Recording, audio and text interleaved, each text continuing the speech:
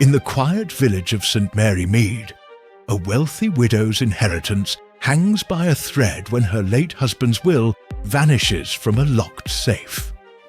Enter Miss Jane Marple, the sharp-eyed spinster with a knack for unravelling secrets. As family, tensions flare.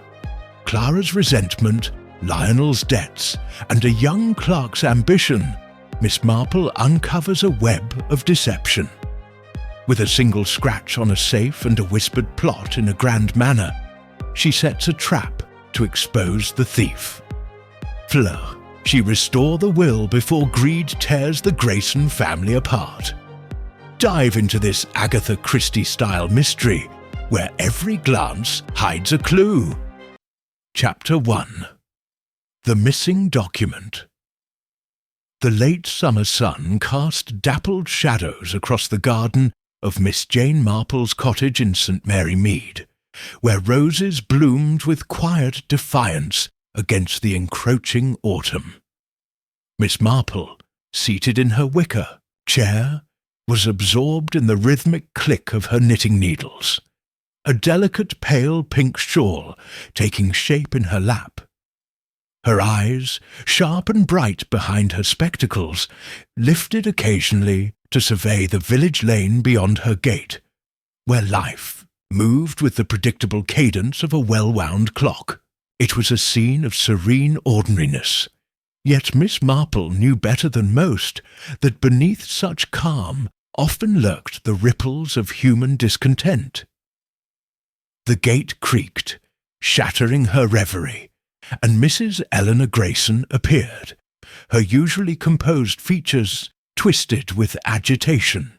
Eleanor, a widow of 50, was known in St. Mary Mead for her elegance and the substantial fortune left by her late husband, Sir Henry Grayson. Today, her dove-grey dress was slightly askew, and her gloved hands clutched a lace handkerchief as if it were a lifeline. "Miss Marple!" she exclaimed, her voice trembling. "It's too dreadful. I don't know where to turn. The will, Henry's will, it's gone." Miss Marple's needles paused, suspended in mid-stitch. She gestured to the chair opposite, her expression one of gentle concern. "My dear Mrs. Grayson, do sit down and take a breath. A cup of tea, perhaps. And then you must tell me everything from the beginning." Her tone was soothing, but her mind was already alert, sifting through the implications of Eleanor's words. Eleanor sank into the chair, dabbing her eyes. "Oh, Miss Marple, you're so kind. It's the most shocking thing. This morning Mr. Hodge, our solicitor, you know, sent for me. He was in such a state, hardly able to speak. He told me that Henry's will, which he kept in his office safe, has vanished. Vanished. Without it, the entire estate is in chaos, and I—" She broke off, twisting the handkerchief. Miss Marple poured tea from a pot kept warm under a knitted cosy, her movements deliberate. "The will was in Mr. Hodge's safe, you say? And when? Was it last seen?" Her question was mild, but her gaze was keen, noting the flush on Eleanor's cheeks, the way her fingers trembled. Eleanor sipped the tea, steadying herself. "Mr. Hodge says he reviewed it just last week, during a routine check of his files. It was there, locked in the safe as always. But when he opened it yesterday, preparing for a meeting about the estate, it was gone. No sign of tampering, no broken locks, nothing. He's beside himself, poor man." "And the contents of the will?" Miss Marple prompted, setting her knitting aside. "I don't mean to pry, but it may matter." Eleanor hesitated, then leaned forward. "Henry left the bulk of his estate to me, Grayson Manor, the investments, most of the income. Clara, his daughter from his first marriage, was to receive a trust fund, quite generous, and Lionel, his son, the same. They weren't to be left wanting, but I was to have the manor and the primary share.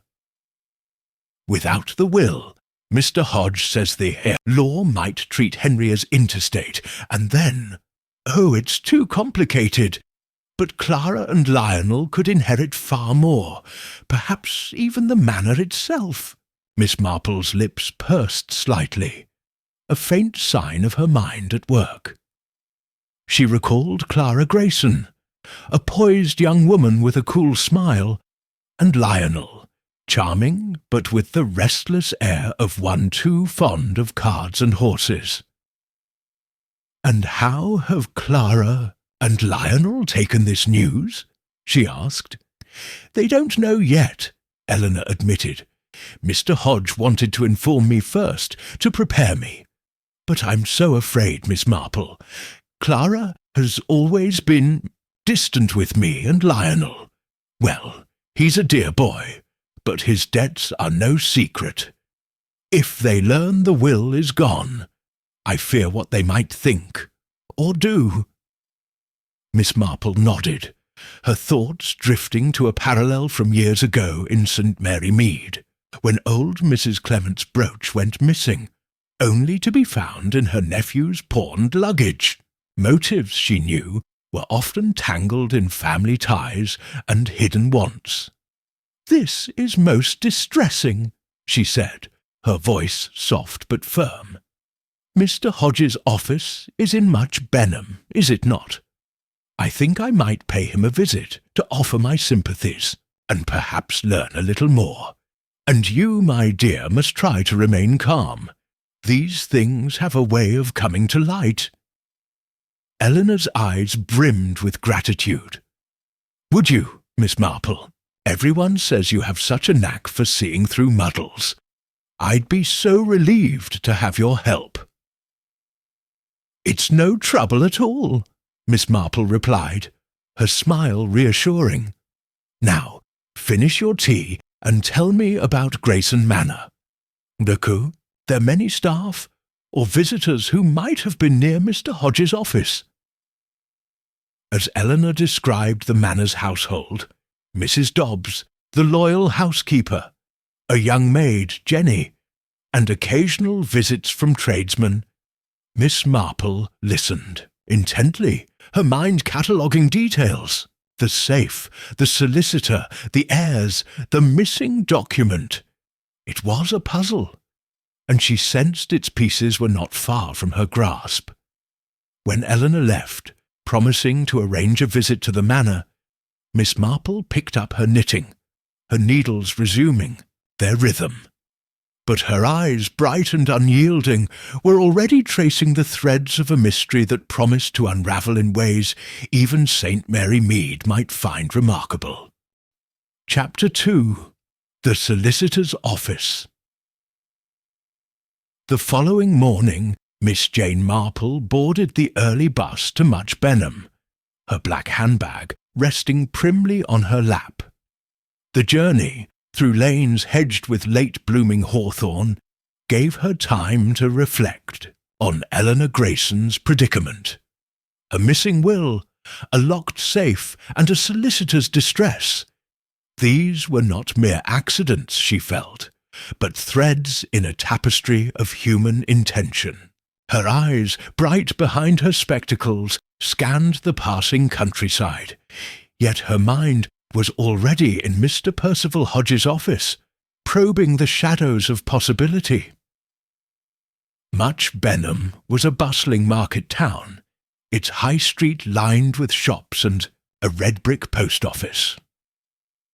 Mr. Hodge's office occupied a narrow Georgian building, its brass plaque polished to a gleam.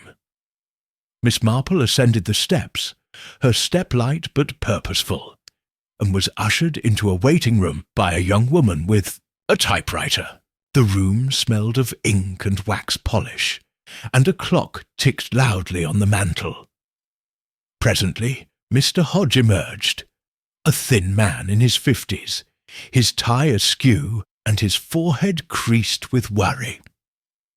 "Miss Marple, "How kind of you to come," he said, shaking her hand with a clammy grip. "Mrs. Grayson mentioned you might call. I'm at my wit's end." "These matters are always upsetting," Miss Marple replied, her tone soothing. "If I might see where the will was kept, it would help me understand. I don't mean to intrude, of course."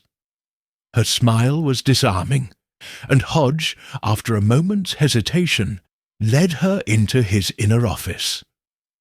The room was orderly, with shelves of leather-bound ledgers and a large oak desk strewn with papers. A heavy iron safe stood in one corner, its black surface unmarred save for a faint gleam under the window's light. At a smaller desk near the door sat Mr. Timothy Wren, Hodge's clerk, a young man of perhaps 25, with neatly slicked hair and a guarded expression. He rose as they entered, murmuring a greeting, then returned to sorting documents. Miss Marple noted the quick flick of his eyes toward her, like a bird assessing a stranger. Hodge gestured to the safe. "The will was here, Miss Marple, locked, away as always. Only I and Timothy have access, and I trust him implicitly." His voice wavered, and he adjusted his tie, a nervous tick. "I last saw the document a week ago, during a review of Sir Henry's estate. When I opened the safe yesterday, it was gone. No trace, no damage to the lock." Miss Marple approached the safe, her movements unhurried. "A fine piece," she remarked, peering at the dial. "The combination, I presume, is known only to you?" Her question was gentle, but her gaze was keen, catching the slight flush on Hodge's cheeks. "Indeed," he said quickly. "I change it occasionally, but it's secure. Timothy locks the safe at night, but he doesn't know the combination, only that it's locked." Timothy, at his desk, kept his head down, but Miss Marple sensed his attention, sharp as a pin. She turned to the room, her eyes sweeping over details. The window, latched and overlooking a quiet street, a row of legal tomes, a brass paperweight shaped like a lion. On Timothy's desk, beside a half-eaten sandwich wrapped in wax paper, lay a dog-eared novel, The Art of Deception. "An intriguing title," she said, smiling at Timothy. "Do you enjoy mysteries, Mr. Wren?" Timothy started, his fingers pausing on a ledger. "Oh, it's just something I borrowed," he mumbled, his ears reddening. "Keeps me occupied." He resumed his work, but Miss Marple noted the tension in his shoulders, the way his pen scratched too quickly.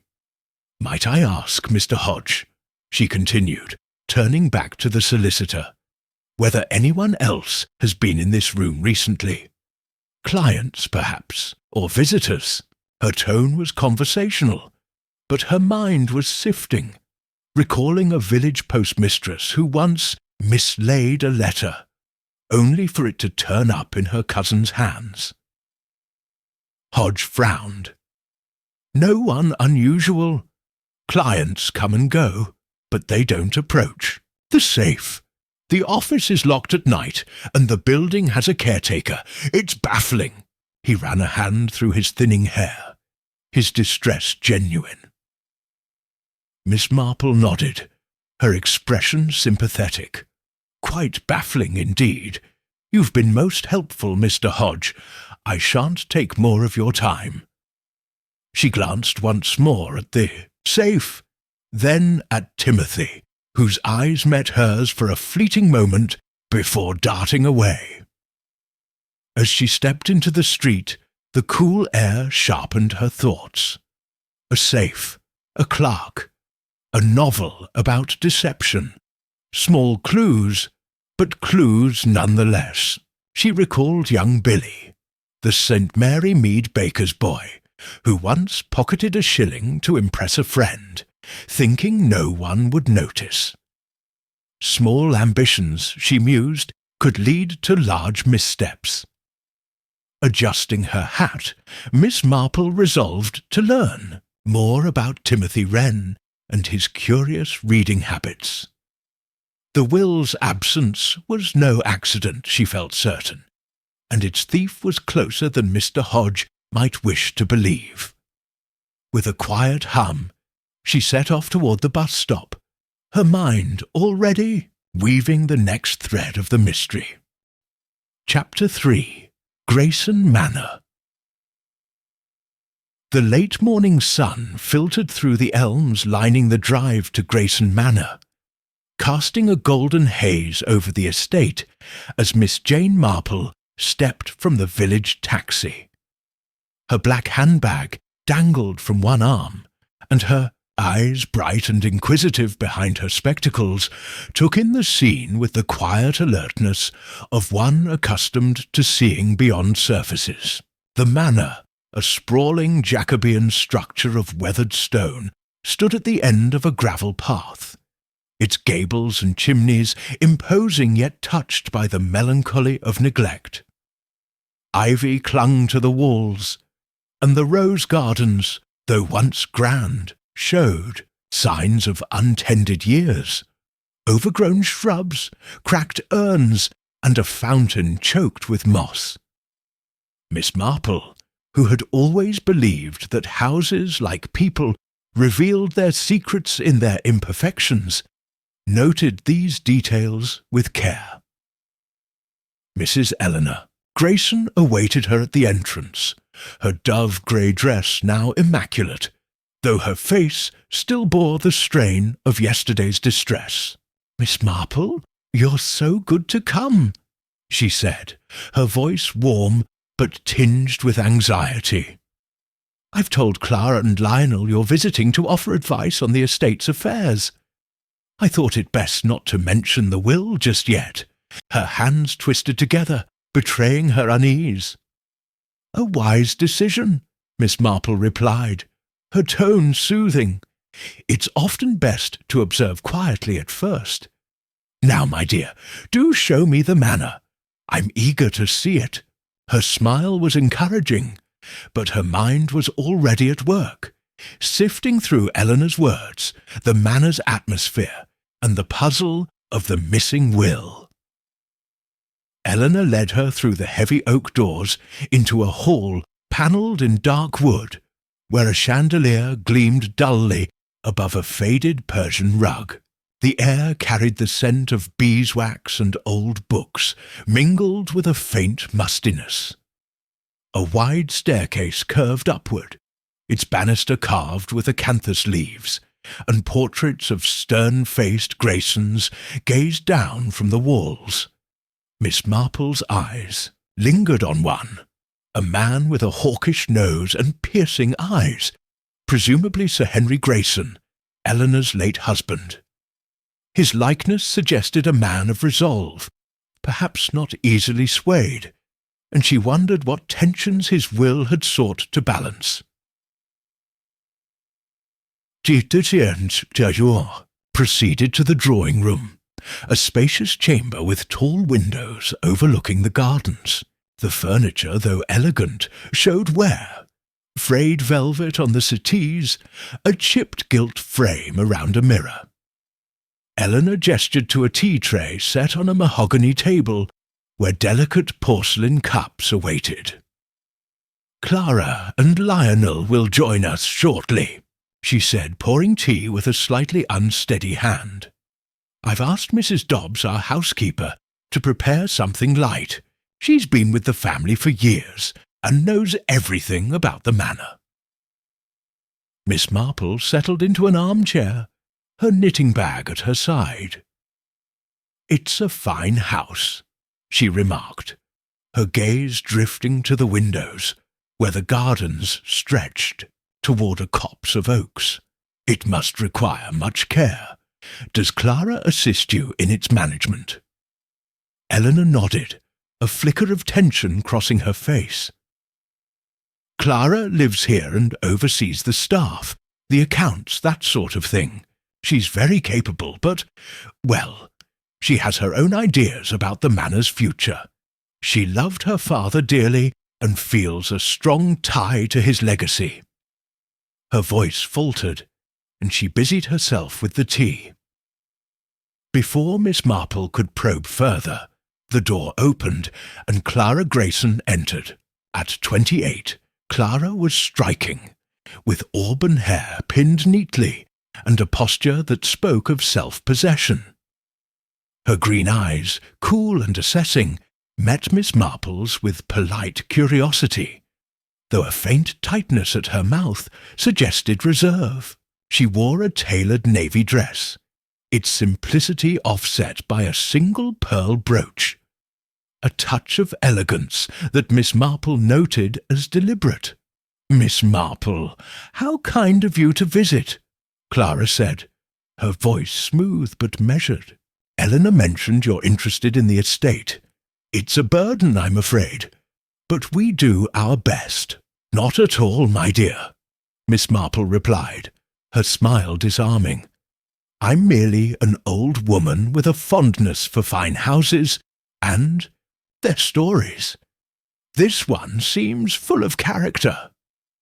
Her tone was light, but her eyes missed nothing. The way Clara's fingers brushed the brooch, the brief glance she cast at Eleanor, as if weighing her stepmother's mood. Moments later, Lionel Grayson sauntered in, his arrival announced by the faint scent of cigarette smoke and the creak of his polished shoes. At 30, Lionel was handsome in a careless way, with dark hair slightly too long, and a tailored suit that, while expensive, bore the rumples of indifference. His smile was charming, but his eyes, restless and shadowed, hinted at a life of late, nights and unpaid debts. "Miss Marple, a pleasure," he said, shaking her hand with a warmth that felt practised. "Hope you're not here to sort out my bookkeeping. I'm hopeless with numbers." He laughed, dropping into a chair with a casual sprawl. Miss Marple chuckled, her needles clicking softly as she began knitting, a pale pink shawl taking shape. "Oh, I leave numbers to others, Mr. Grayson. I'm more interested in people and places. This manor must hold many memories for you both." Her comment was gentle, but her gaze flitted between Clara and Lionel, noting their reactions. Clara's lips curved faintly. "It's been my home since I was a child. Father poured his heart into it, every room, every acre. I try to honour that." Her tone was proud, almost defiant, and Miss Marple sensed a challenge beneath the words, as if directed at Eleanor. Lionel shrugged, lighting a cigarette with a silver lighter. "It's a grand old pile, but it eats money. Father knew it, kept it going somehow. Me, I'd rather be in London, but I drop in to keep Clara and Eleanor company." He grinned, exhaling a plume of smoke, but his nonchalance felt forced, and Miss Marple noted the way his fingers tapped the armrest, restless as a gambler awaiting a card. Over tea, the conversation turned to the manor's history. Eleanor spoke of Sir Henry's love for its gardens, Clara of its architectural quirks, and Lionel of the parties it once hosted.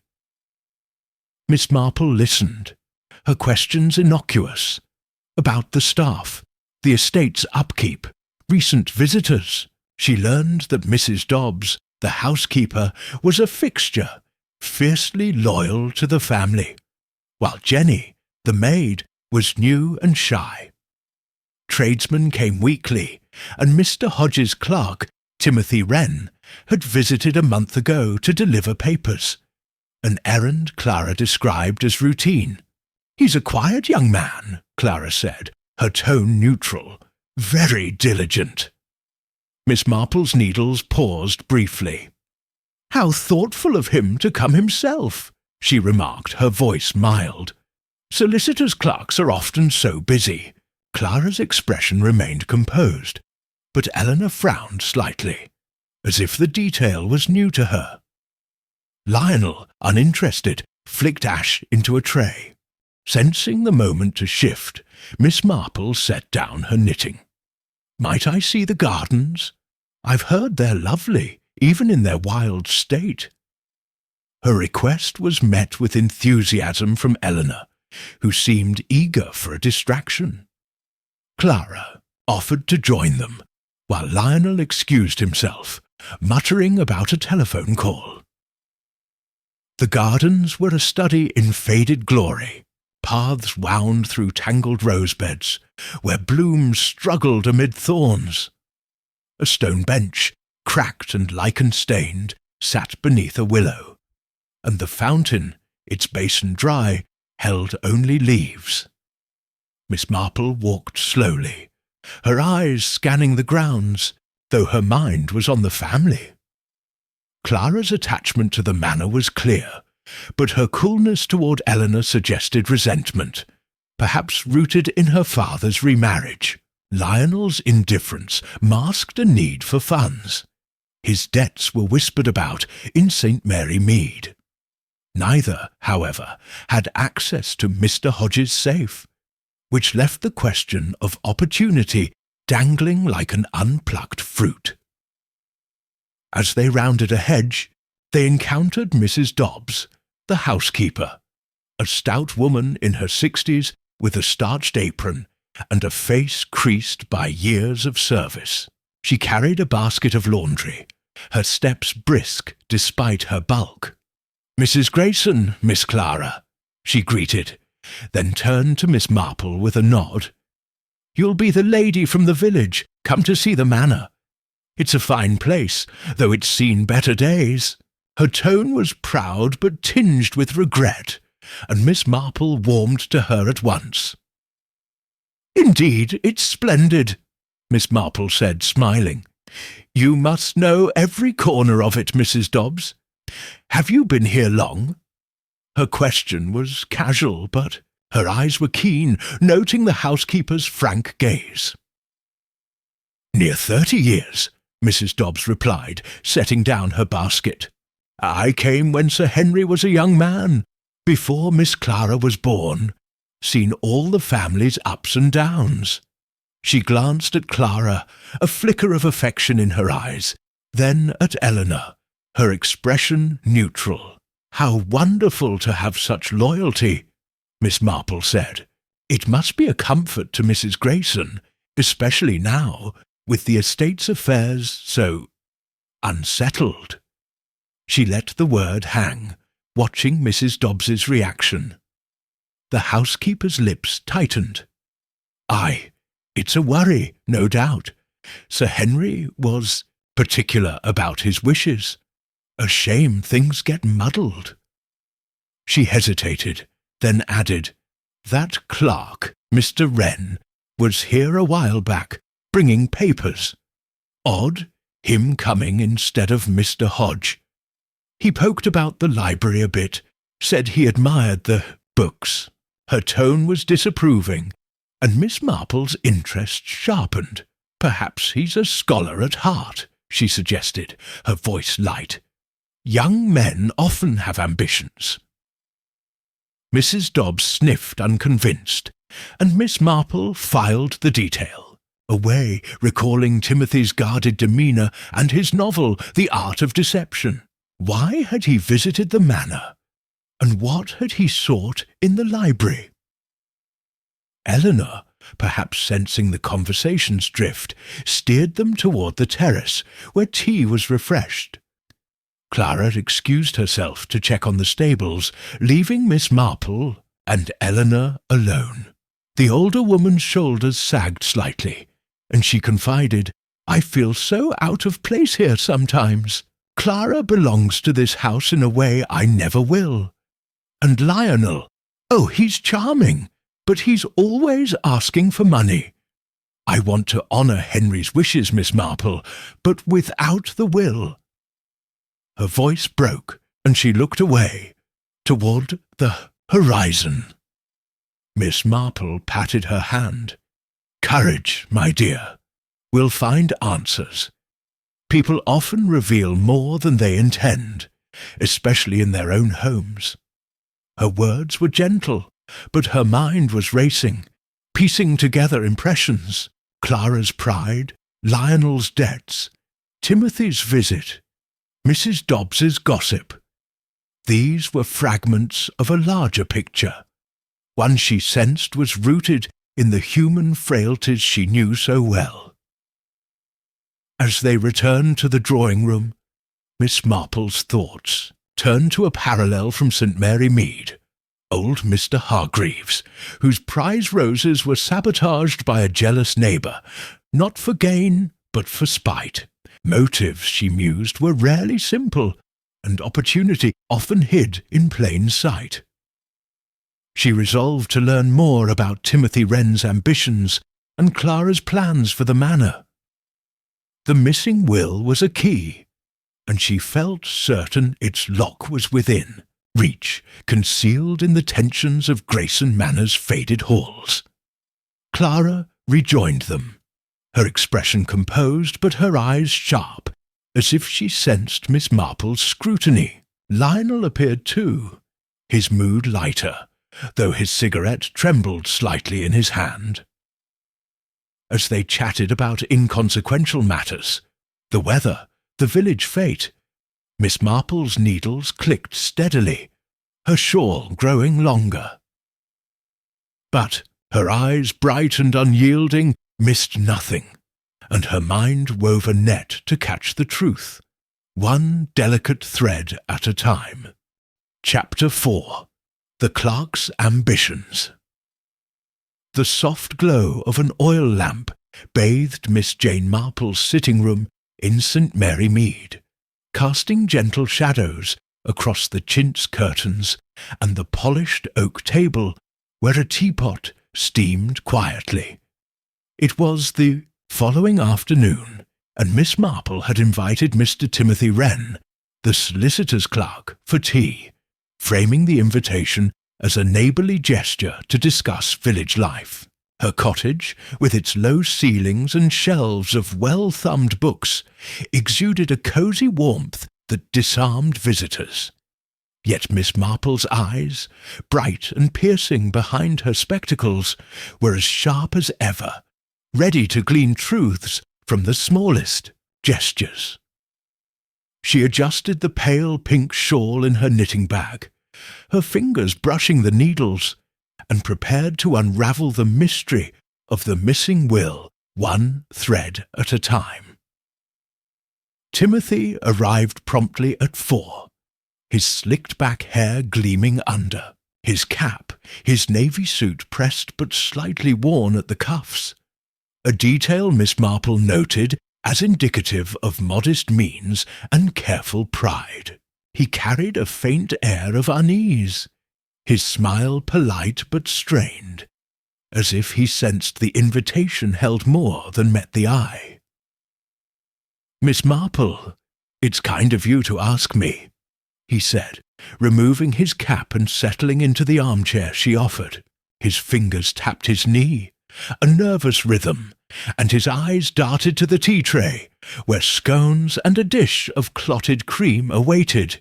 "Not at all, Mr. Wren," Miss Marple replied, her voice as soothing as the ticking of the mantel clock. "An old woman like me enjoys the company of young people, especially those with interesting work. Handling legal documents must be quite a responsibility." She poured tea, her movements deliberate, and passed him a cup, her smile encouraging, but her gaze unwavering. Timothy took the cup, his grip a touch too tight. "It's steady work," he said, his tone cautious. "Mr. Hodge is particular, but he trusts me with the filing, the correspondence, that sort of thing. Keeps me busy." He sipped the tea, his eyes flickering to the window, where the garden lay quiet under a grey sky. Miss Marple nodded, settling into her own chair, her knitting bag at her side. "It sounds most demanding, and yet I imagine it's a stepping stone for a young man with ambitions. Do you hope to study law yourself one day?" Her question was gentle, almost idle, but her eyes caught the sudden stiffening of Timothy's shoulders, the way his fingers paused on the teacup. He flushed, setting the cup down. "I'd like to, yes," he admitted, his voice gaining a hint of fervour. "Law's a fine profession, respected, secure, but it takes money, and that's, well, it's not so easy to come by." He caught himself, his jaw tightening, and added quickly, "I'm saving what I can, though. Mr. Hodge says I've a good head for it." "How splendid," Miss Marple said, her smile warm. "Ambition is a fine thing, though it can weigh heavily, can't it?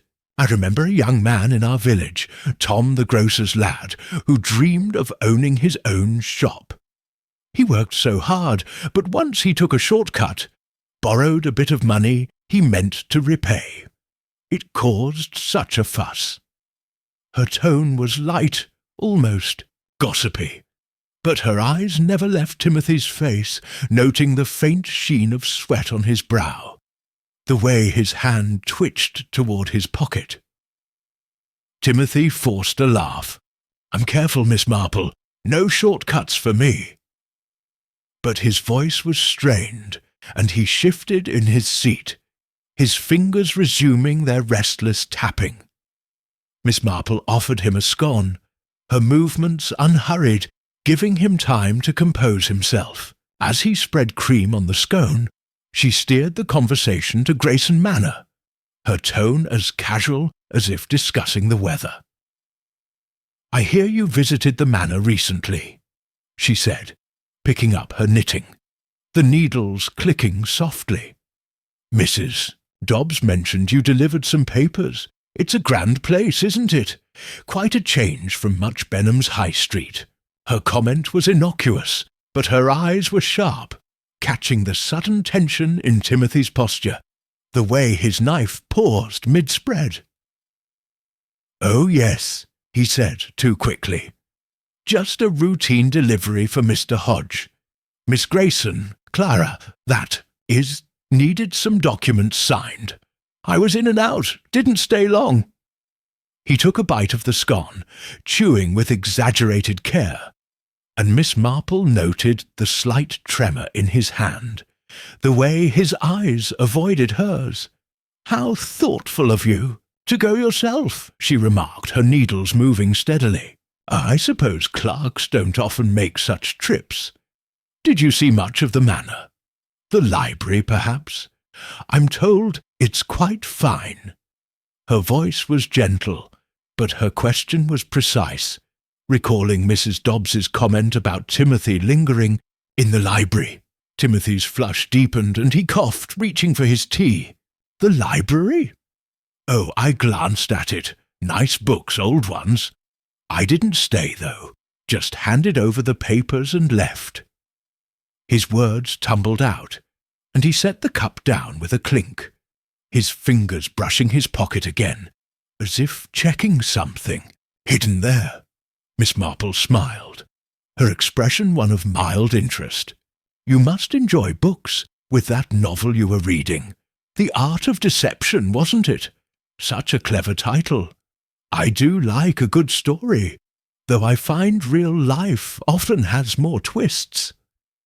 Her comment was playful, but her eyes were unyielding, watching as Timothy's face paled, his hand freezing mid-gesture. "It's just something I picked up," he mumbled, his voice barely audible. "Keeps the evenings from dragging." He glanced at the clock, his unease palpable, and Miss Marple sensed the moment to ease the pressure, lest he bolt like a startled hare. "Of course," she said, offering more tea. "Young people need their diversions. Now tell me, do you know many folks at Grayson Manor?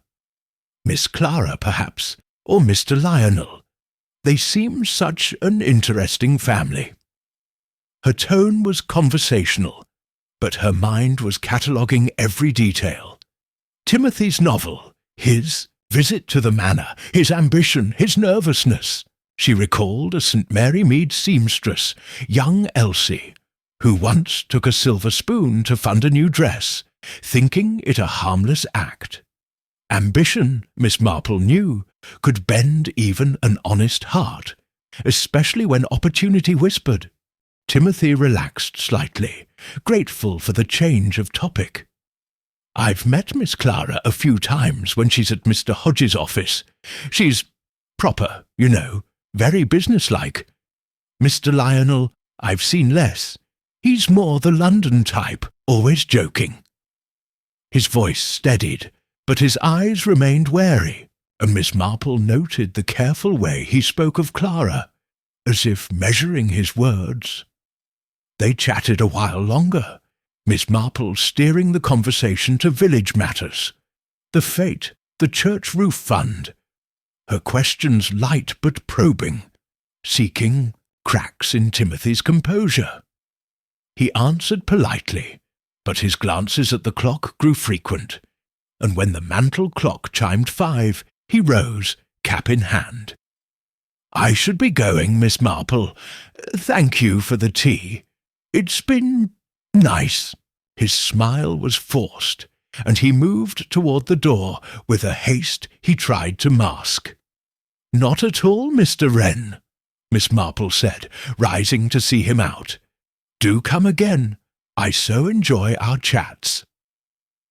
Her voice was warm, but as he stepped into the lane, she watched him closely, noting the quickness of his stride, the way he glanced over his shoulder, as if expecting pursuit.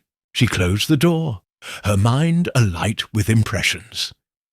Timothy Wren was no hardened villain, she felt certain, but his ambition, his novel, his visit to the manor, these were pieces of a puzzle, and she sensed they fit together in a way that pointed to the missing will. Returning to her chair, Miss Marple picked up her knitting, the needles resuming their rhythm. She thought of Timothy's guarded eyes, his nervous gestures, and the novel that seemed more than a casual read, The Art of Deception, a title that lingered in her mind, suggesting a mind drawn to cunning, perhaps tempted by it. She recalled his visit to Grayson Manor, his lingering in the library, and Mrs. Dobbs's disapproval. Why had he gone himself, when a messenger might have sufficed? And what had he sought in the library? Books or something else? Her thoughts turned to Clara Grayson, whose cool reserve and attachment to the manor hinted at deeper motives. Clara had met Timothy at the manor, and perhaps at Mr. Hodges' office. Could they have spoken privately, struck some bargain? Miss Marple frowned, her needles pausing. It was possible, but it required proof, and she lacked the connecting thread. She thought of Lionel too, with his debts and careless charm, but he seemed less likely to orchestrate a theft, lacking the access to Mr. Hodges' safe. Timothy, however, had that access, and ambition could be a powerful spur. Miss Marple's mind drifted to a parallel from St. Mary Mead. Young Freddie, the blacksmith's apprentice, who once forged a receipt to buy a motorbike, thinking he'd repay it before anyone noticed. His plan unravelled when the blacksmith checked his books, and Freddie's shame was a lesson in the village for years. Timothy, she mused, might be similarly tempted, perhaps by a promise of funds or favour, but from whom? Clara, with her pride in the manor? Or someone else lurking in the shadows of Grayson Manor's tangled affairs? She set her knitting aside, rising to stoke the fire, her movements slow but purposeful. The missing will was no random. Loss, she felt certain, and Timothy Wren was a key, if not the hand that turned it. His ambition, his unease, his novel, these were clues, and she resolved to pursue them. Tomorrow she would visit the village library, where Miss Hartnell kept old newspapers and a sharp tongue for gossip. There she might find more about Timothy's background or the Graysons' history to illuminate the motive behind the theft. As the fire crackled, Miss Marple's eyes gleamed, her mind weaving a net to catch the truth. The will's absence was a challenge, but she had faced such puzzles before, in the quiet lanes of St. Mary Mead and beyond. With a quiet hum, she returned to her knitting, the pale pink shawl growing longer, its delicate stitches a mirror to the delicate work of unravelling human secrets. Chapter 5. A Shadow in the Past. The morning mist hung low over St. Mary Mead, shrouding the village in a soft grey veil as Miss Jane Marple made her way along the high street, her black handbag swinging gently at her side. Her step was brisk, for a woman of her years, and her eyes, sharp behind her spectacles, scanned the familiar cottages and shops with the quiet alertness of one who saw more than stone and mortar. The mystery of the missing will weighed on her mind, its threads: Timothy, Wren's ambition, Clara Grayson's reserve, Lionel's debts, tangling like the skeins of wool in her knitting bag. Today she sought answers in the past, and the village library, presided over by the formidable Miss Hartnell, was her destination. The library, a modest building with ivy-clad walls and a creaking sign, stood beside the church, its windows glowing faintly through the mist. Inside, the air was thick with the scent of old paper and polish, and shelves of books stretched into shadowy corners. Miss Hartnell, a spinster of angular features and an unyielding sense of propriety, sat at the counter, her pen scratching over a ledger. She looked up as Miss Marple entered, her expression a mix of curiosity and faint suspicion. "Jane Marple, what brings you here so early? Not another of your mysteries, I hope?" Her tone was tart, but her eyes gleamed with interest. Miss Marple smiled, setting her handbag on the counter. "Oh, nothing so dramatic, Miss Hartnell. I'm merely curious about some old news. Family histories, you might say. Your newspapers are such a treasure for that sort of thing." Her voice was mild, but her gaze was keen, knowing Miss Hartnell's love of local law would outweigh her prickliness. Miss Hartnell sniffed, rising with a rustle of her tweed skirt. "Well, we've plenty of those, though I can't think why you'd want to poke about in dusty clippings. Follow me." She led Miss Marple to a back room, where bound volumes of the Much Benham Gazette and other regional papers were stacked on oak shelves, their pages yellowed but meticulously organised. "What years are you after?" she asked, her hands already on a volume. "Let's start with, 5 to 10 years ago," Miss Marple said, her tone casual. "The Grayson family interests me. Sir Henry, his first wife, perhaps his children, and if you've anything on Mr. Timothy Wren or his family, that would be helpful too." She adjusted her spectacles, her request broad enough to seem idle, but precise enough to yield results.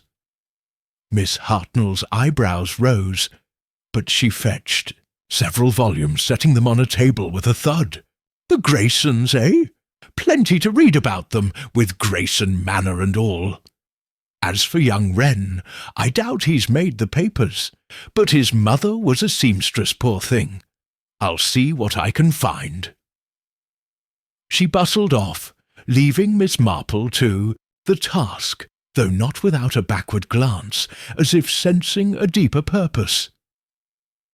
Miss Marple settled at the table, her fingers deftly turning the brittle pages. The Gazette was a chronicle of county life, weddings, fêtes, estate sales, but she sought the undercurrents, the hints of scandal or sorrow that shaped families like the Graysons. Her first discovery came in a 1920 issue under a headline, "Tragic Accident Claims Lady Grayson." The article described the death of Sir Henry's first wife, Margaret, in a riding accident on the manor's grounds. She had fallen from her horse during a morning ride, striking her head on a stone wall. The coroner ruled it accidental, but the piece noted Clara, then 14, was devastated by the loss of her mother, while Sir Henry was stricken with grief. Miss Marple's lips pursed. Clara's bitterness toward Eleanor, who married Sir Henry a year later, now had a clearer root. A young girl's loyalty to her mother, displaced by a new wife. Another clipping from 1921 announced Sir Henry's marriage to Eleanor, a widow of refined bearing and modest means. The tone was polite, but Miss Marple sensed the village's whispers. Eleanor, an outsider stepping into Margaret's place. A society column hinted at Clara's absence from the wedding, citing ill health, though Miss Marple suspected resentment, not illness, kept her away. She recalled a St. Mary Mead widow, Mrs. Price, whose stepchildren never forgave her for marrying their father. Such wounds, she knew, festered quietly, shaping motives years later. Turning to Lionel, Miss Marple found a 1923 article about a charity race at Grayson Manor, where he, then 22, won a steeplechase, but was later fined for reckless conduct at a local pub. A later piece, from 1924, mentioned his financial difficulties after a failed investment in a London club, bailed out by Sir Henry. Lionel's gambling, it seemed, was no recent vice, but a thread woven through his life, pulling tight the family's purse strings.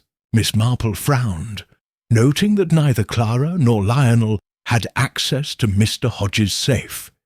Yet their motives, Clara's attachment to the manor, Lionel's need for funds, loomed large. Her thoughts shifted to Timothy Wren, and Miss Hartnell's return proved timely. "Nothing much on that Wren boy," she said, placing a slim file on the table. But his mother, Mary Wren, was in the papers now and then. She took in sewing, lived in a cottage by the river. Died 2 years ago, pneumonia. Poor soul. Timothy was her only child, always a bit too clever for his own good. Her tone was dismissive, but she lingered, eager for details.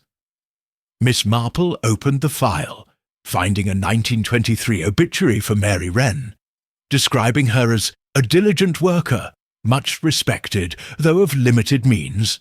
A brief notice from 1918 mentioned Timothy, then 14, winning a school prize for mathematics, a promising lad with ambitions beyond the village. Miss Hartnell, hovering, added, "He was always reading that one, nose in a book, dreaming of grand things. His mother scrimped to keep him in school, but he never quite fit, if you ask me." "Thank you, Miss Hartnell," Miss Marple said, her smile disarming. "This is most helpful. Might I have a moment to read?" Reluctantly, Miss Hartnell retreated, and Miss Marple turned back to the clippings, her mind piecing together Timothy's story. A clever boy, raised in poverty, his mother's sacrifices fueling his dreams of law, a profession requiring money he didn't have. His novel, The Art of Deception, and his visit to Grayson Manor suggested a mind drawn to cunning, perhaps tempted by opportunity. She recalled young Jimmy, a St. Mary Mead newsboy, who once sold a neighbour's watch to buy a bicycle, thinking he'd earn it back. Ambition, she mused, could twist even a good heart, especially under pressure. She closed the volumes, her thoughts circling the will's theft. Timothy had access to the safe, opportunity in abundance, but his motive remained unclear. Was he acting alone, driven by desperation, or had someone, Clara perhaps, with her cool determination, offered a reward? Clara's resentment of Eleanor, rooted in her mother's death, made her a likely candidate, yet proof was elusive. Lionel's debts suggested another possibility, but his distance from Much Benham weakened the link. Miss Marple's fingers tapped the table, a rare sign of her mind's restlessness. Leaving the library, she thanked Miss Hartnell, promising to return if needed. The mist had lifted, revealing a pale sun, and she walked toward the village green, her thoughts on the Graysons past, Margaret's accident, Clara's grief, Eleanor's arrival. These were not mere history, but forces shaping the present. She recalled a St. Mary Mead gardener, Mr. Stokes, whose feud with a neighbour over a fence led to a cut break on a cart. Old grudges, she knew, could spark new crimes, and Clara's attachment to the manor felt like such a grudge hardened by years. Her mind returned to Timothy, his nervous demeanour at her cottage, his guarded answers about the manor. His ambition was a key, but to what lock? She resolved to observe him further, perhaps at Grayson Manor, where Eleanor had invited her for a small gathering tomorrow. There she might catch a glance, a word that betrayed a connection between Timothy and Clara, or another player yet, unseen. She thought of the safe, its unmarred surface, and wondered if Timothy's access was as routine as Mr. Hodge believed. A clerk, trusted but overlooked, could move unnoticed, like a shadow in a busy house. As she reached her cottage, the scent of roses greeted her, and she paused to clip a faded bloom, her mind still turning. The will's absence was no accident, she felt certain, and its thief was bound to the Graysons' tangled history. Timothy's ambition, Clara's resentment, Lionel's debts, these were threads, but the pattern eluded her. She recalled a St. Mary Mead vicar, who once mislaid a chalice, only to find it in a parishioner's attic, taken not for gain but for spite. Motives, she mused, were rarely simple, and opportunity often hid in the folds of daily life. Entering her sitting room, Miss Marple lit the fire, its crackle a counterpoint to her thoughts. She picked up her knitting, the pale pink shawl growing under her needles, its delicate stitches mirroring the delicate work of unravelling secrets. Tomorrow, at Grayson Manor, she would watch and listen, her eyes as sharp as the needles in her hands. The truth, she knew, was near, waiting to be plucked from the shadows of the past, and Miss Marple, with her quiet persistence, was ready to find it. Chapter 6. The Safe's Secret. The sun hung low over Much Benham, casting long shadows across the cobbled streets as Miss Jane Marple alighted from the afternoon bus, her black handbag clasped firmly in one hand. Her visit to Mr. Percival Hodges' office was prompted by a nagging sense that the safe, the silent sentinel of the missing will, held more secrets than its iron exterior revealed. The threads of the mystery, Timothy Wren's ambition, Clara Grayson's resentment, Lionel's debts, were weaving a pattern in her mind, but the safe was the knot at its centre, and she meant to unravel it. Her eyes, bright behind her spectacles, scanned the Georgian facade of Hodge's office, its brass plaque gleaming with the promise of answers. Inside, the waiting room was unchanged, its air heavy with ink and wax polish, the clock on the mantel ticking with relentless precision. The young typist, her fingers dancing over the keys, glanced up with a polite nod, and Miss Marple, with her usual disarming smile, requested a word with Mr. Hodge. "I shan't take long," she assured, her tone as gentle as the rustle of her tweed coat. The typist hesitated, then ushered her into the inner office, where Hodge stood behind his desk, his face etched with the strain of recent days. "Miss Marple, this is unexpected," he said, adjusting his tie with a nervous twitch. "Mrs. Grayson mentioned you're looking into, well, our little trouble. I'm not sure what more I can tell you." His voice was weary, but he gestured to a chair, his manners impeccable despite his evident unease. Miss Marple settled into the seat, her handbag resting on her lap. "You're very kind to see me, Mr. Hodge," she said, her voice soothing. "I've been thinking about your safe, such a sturdy thing, and yet the will vanished so quietly.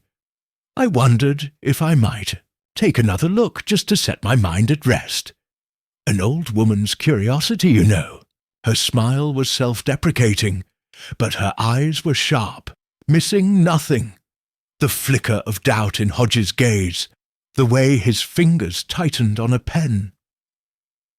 Hodge hesitated, then nodded. "Of course, if it helps, though I assure you there's nothing to see. The safe was locked, no signs of tampering." He led her to the corner where the safe stood, its black iron surface unyielding under the light from a nearby window. Timothy Wren was absent, his desk tidy save for a single ledger, and Miss Marple noted the quiet, wondering if his absence was by design or chance. She approached the safe, her movements unhurried, her eyes tracing its contours. It was an older model, solid and heavy, with a dial that gleamed from frequent use. "A fine piece," she remarked, peering at the dial. "Have you changed the combination recently, Mr. Hodge? I understand that's wise with such valuable contents." Her question was mild, but her gaze was keen, catching the sudden pallor in Hodge's cheeks. "No, not recently," he admitted, his voice faltering. "I've used the same combination for years. Foolish, perhaps, but it's secure. Only I know it, and the safe is locked each night." He ran a hand through his thinning hair, his distress palpable, and Miss Marple sensed a crack in his certainty, a doubt he dared not voice.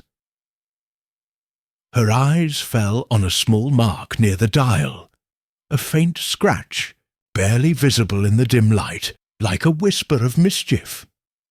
She leaned closer, her spectacles glinting. "Curious," she murmured, her fingers hovering near the mark, careful not to touch. "This scratch. Do you recall it being here before?" Her tone was casual, but her mind was racing, recalling a St. Mary Mead jeweller who once found a nick on his safe traced to a clumsy attempt at tampering. Hodge frowned, stepping forward to inspect it. I hadn't noticed," he said, his voice uncertain. "It could be old, from moving the safe years ago. Surely it's nothing." But his eyes betrayed unease, and Miss Marple noted the way he glanced at Timothy's desk, as if seeking an explanation there. "Perhaps," she said, straightening. "Those small things can tell such stories, don't you think? Might I ask about Mr. Wren's duties with the safe? You mentioned he locks it at night." Her question was gentle, but her eyes were unyielding, watching as Hodge's hands twitched, his tie suffering another adjustment.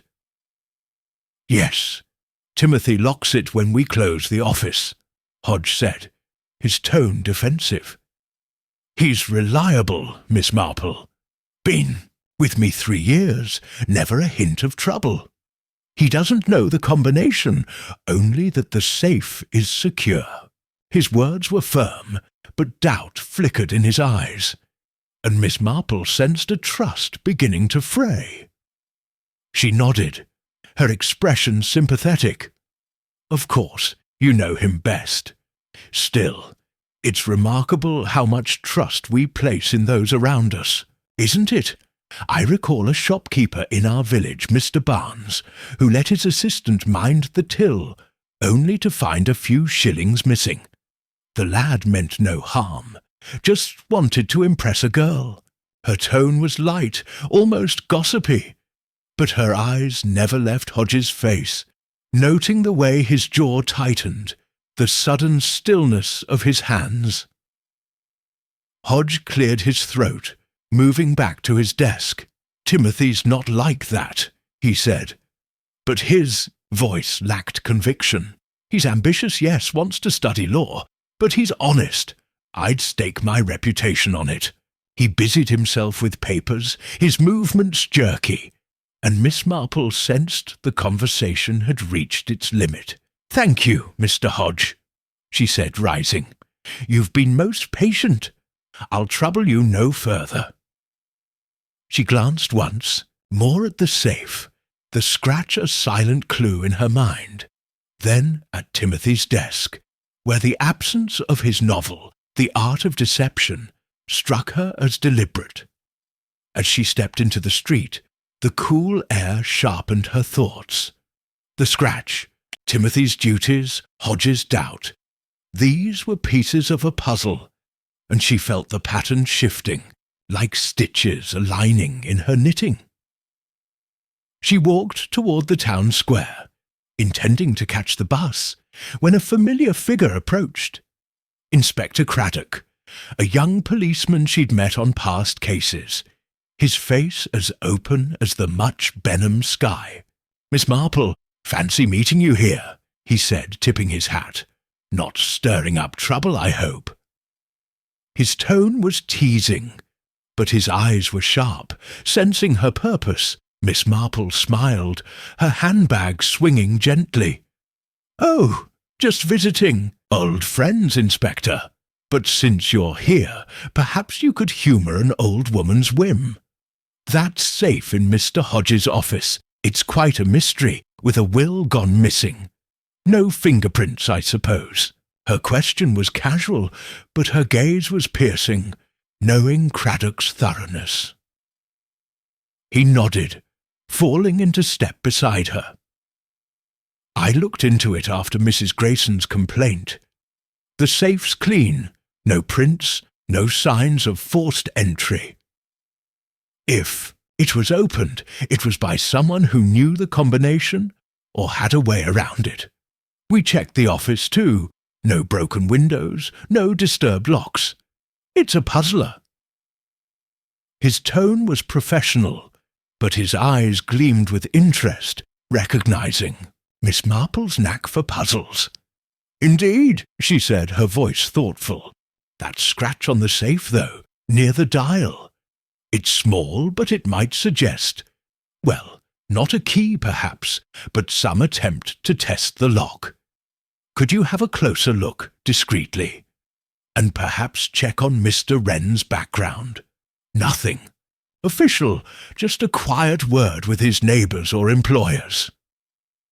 Her request was gentle, but her eyes were firm, conveying the weight of her suspicions. Craddock raised an eyebrow, but his smile was warm. "You've got a scent, haven't you? I'll see what I can do, Miss Marple. Wren's a local lad. Shouldn't be hard to dig a bit. Anything specific you're after?" He slowed his pace, matching her measured steps, his notebook already in mind. "Just his habits, his associates," she said, her tone light. Young men with ambitions can be impulsive, especially if they see a chance to rise. I wouldn't want to trouble Mr. Hodge, of course. Her words were careful, but her meaning was clear, and Craddock nodded, jotting a mental note. They parted at the bus stop, Craddock promising to call with any findings, and Miss Marple boarded the bus, her mind alight with impressions. The scratch on the safe was no accident, she felt certain, nor was Timothy's role as innocuous as Hodge believed. She recalled his nervous demeanour at her cottage, his guarded answers about the manor, and the novel that seemed more than a casual read. The scratch suggested a moment of carelessness, perhaps a late-night attempt to open the safe without the combination, by someone who knew its habits but not its secrets. Her thoughts turned to Clara Grayson, whose cool pride in the manor hinted at a motive to reclaim it from Eleanor. Could Clara have enlisted Timothy, promising funds or favour for his help? The idea fit, but it lacked proof, and Miss Marple's fingers tapped her handbag, a rare sign of her mind's restlessness. Lionel, with his debts, was a less likely candidate, his access to the safe limited by distance and disinterest. Yet the scratch, the safe, Timothy's ambition, these were clues, and she sensed they pointed to a plan born of opportunity, not chance. As the bus rattled towards St. Mary Mead, Miss Marple gazed out at the passing fields, their edges softened by dusk. She thought of a St. Mary Mead carpenter, Mr. Willis, who once carved a false bottom in a chest to hide a neighbour's letters, thinking no one would look. Small deceptions, she mused, often hid in plain sight, and Timothy's role as clerk, trusted, overlooked, gave him such a chance. The scratch was a misstep, a clue to his involvement, but the motive remained elusive, tangled in the Grayson family's tensions. Back in her cottage, Miss Marple lit the fire, its crackle a counterpoint to her thoughts. She picked up her knitting, the pale pink shawl growing under her needles, its delicate stitches mirroring the delicate work of unravelling secrets. Tomorrow she would attend Eleanor's gathering at Grayson Manor, where Timothy, Clara, and Lionel would be present. There she would watch for a glance, a word that betrayed a connection, her eyes as sharp as the needles in her hands. The truth, she knew, was near, waiting to be plucked from the shadows of the safe secret, and Miss Marple, with her quiet persistence, was ready to find it. Chapter 7. The Stepdaughter's Confidence. The late afternoon light filtered through the ancient yews of Grayson Manor's gardens, casting dappled patterns on the gravel path where Miss Jane Marple walked arm in arm with Clara Grayson. A soft breeze stirred the air, carrying the scent of damp earth and fading roses, and Miss Marple's eyes, bright behind her spectacles, took in the estate's melancholy beauty with the quiet alertness of one who saw stories in every stone. Her visit to the manor was at Eleanor Grayson's invitation, but this private stroll with Clara, arranged with a gentle nudge, was a chance to probe the young woman's mind. The missing will, the scratched safe, Timothy Wren's ambition, these threads wove a pattern in Miss Marple's thoughts, and Clara, with her cool poise and deep tie to the manor, was a figure at its heart. Miss Marple's black handbag swung gently at her side, her knitting bag left in the drawing-room, but her mind was as sharp as the needles within it, ready to unravel a truth. Clara, in a tailored grey skirt and cream blouse, walked with measured steps, her auburn hair catching the light. Her face, composed and striking, held a faint smile, but her green eyes were guarded, assessing Miss Marple as one might a guest who lingered too long. "It's kind of you to take such an interest in the manor, Miss Marple," she said, her voice smooth but cool.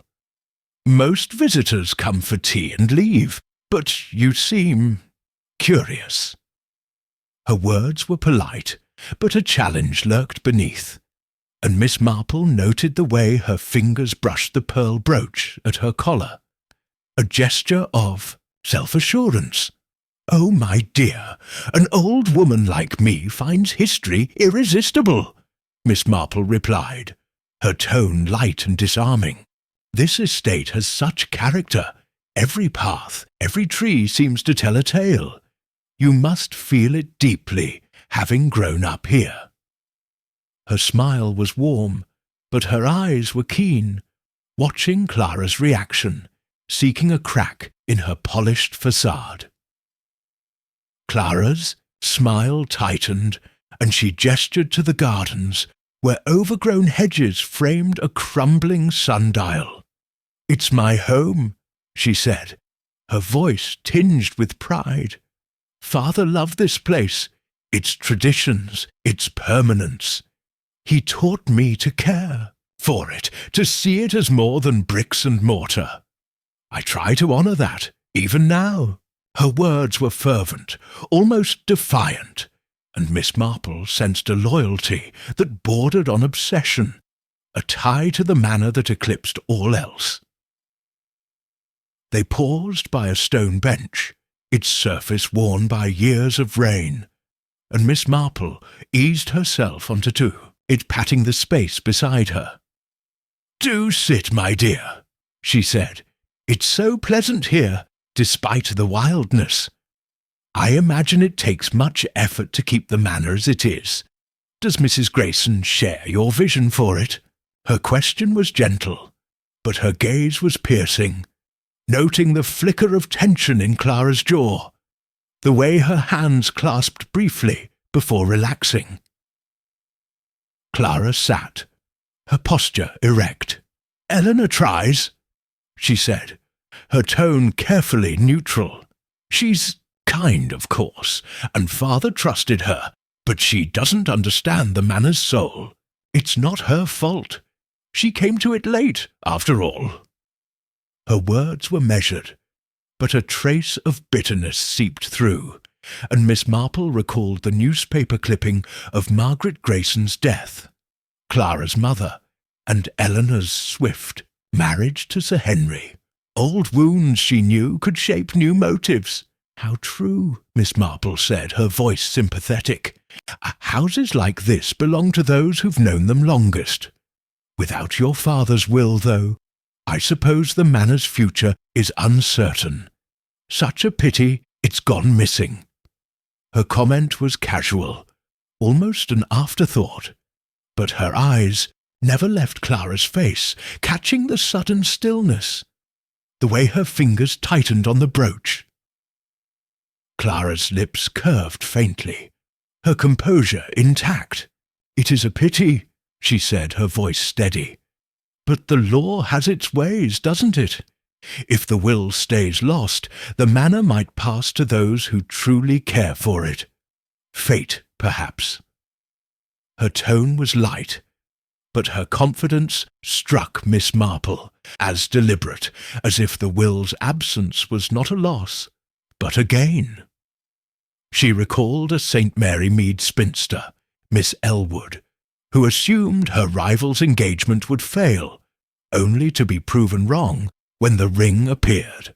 Assumptions, Miss Marple mused, often betrayed intentions. "You seem quite calm about it," Miss Marple remarked, her tone gentle but probing. "Many would be anxious with such an estate at stake. You have a strong spirit, my dear." Her smile was encouraging, but her mind was racing, noting Clara's certainty, her lack of distress. Did she know the will was gone, or had she ensured it? Clara's eyes met hers, cool and unyielding. "I trust things will work out as they should," she said, rising from the bench. "The manor has endured worse than this. Shall we walk on? The orchard is lovely this time of year." Her invitation was polite, but Miss Marple sensed a desire to shift the conversation, to steer away from dangerous ground. They continued through the gardens, the path winding past gnarled apple trees. Heavy with fruit, Miss Marple chatted lightly about the village, the weather, but her questions circled back to the manor's affairs. "Do you see much of Mr. Hodges' clerk, Mr. Wren?" she asked, her voice as innocent as the breeze. "He seems a diligent young man, delivering papers here himself." Her eyes flitted to Clara, catching the brief pause in her step, the way her hand brushed her skirt. "Timothy?" "Occasionally," Clara said, her tone dismissive. "He's efficient, brings what's needed. I don't think much of him beyond that." Her words were curt, but Miss Marple noted the careful neutrality, the absence of warmth. Timothy's visit to the manor, his lingering in the library, suggested more than routine, and Clara's response felt like a curtain drawn over a window. They reached the terrace where Eleanor had promised tea, and Miss Marple paused, ostensibly to admire a late-blooming rose. Her mind, however, was on Clara's confidence, her subtle disdain for Eleanor, her guarded reply about Timothy. She recalled the scratch on the safe, Timothy's nervous demeanour, and the newspaper clippings that painted Clara as a daughter wounded by her mother's death and her father's remarriage. Could Clara, driven by loyalty to the manor, have enlisted Timothy to steal the will, promising him funds or favour? The idea fit, but it lacked a link, a moment of proof to tie the threads together. As they entered the drawing-room, Miss Marple's thoughts were interrupted by a sound, a sharp voice, Clara's, coming from the hall. She excused herself, citing a need to fetch her shawl, and moved quietly toward the sound, her step light, despite her age. Peering through a half-open door, she saw Clara at a telephone, her back to the hall, her tone low but intense. "Ensure it stays that way," she said, her voice clipped.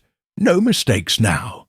She hung up abruptly, her shoulders tense, and Miss Marple slipped back to the drawing-room, her heart quickening. To whom was Clara speaking, and what must stay that way?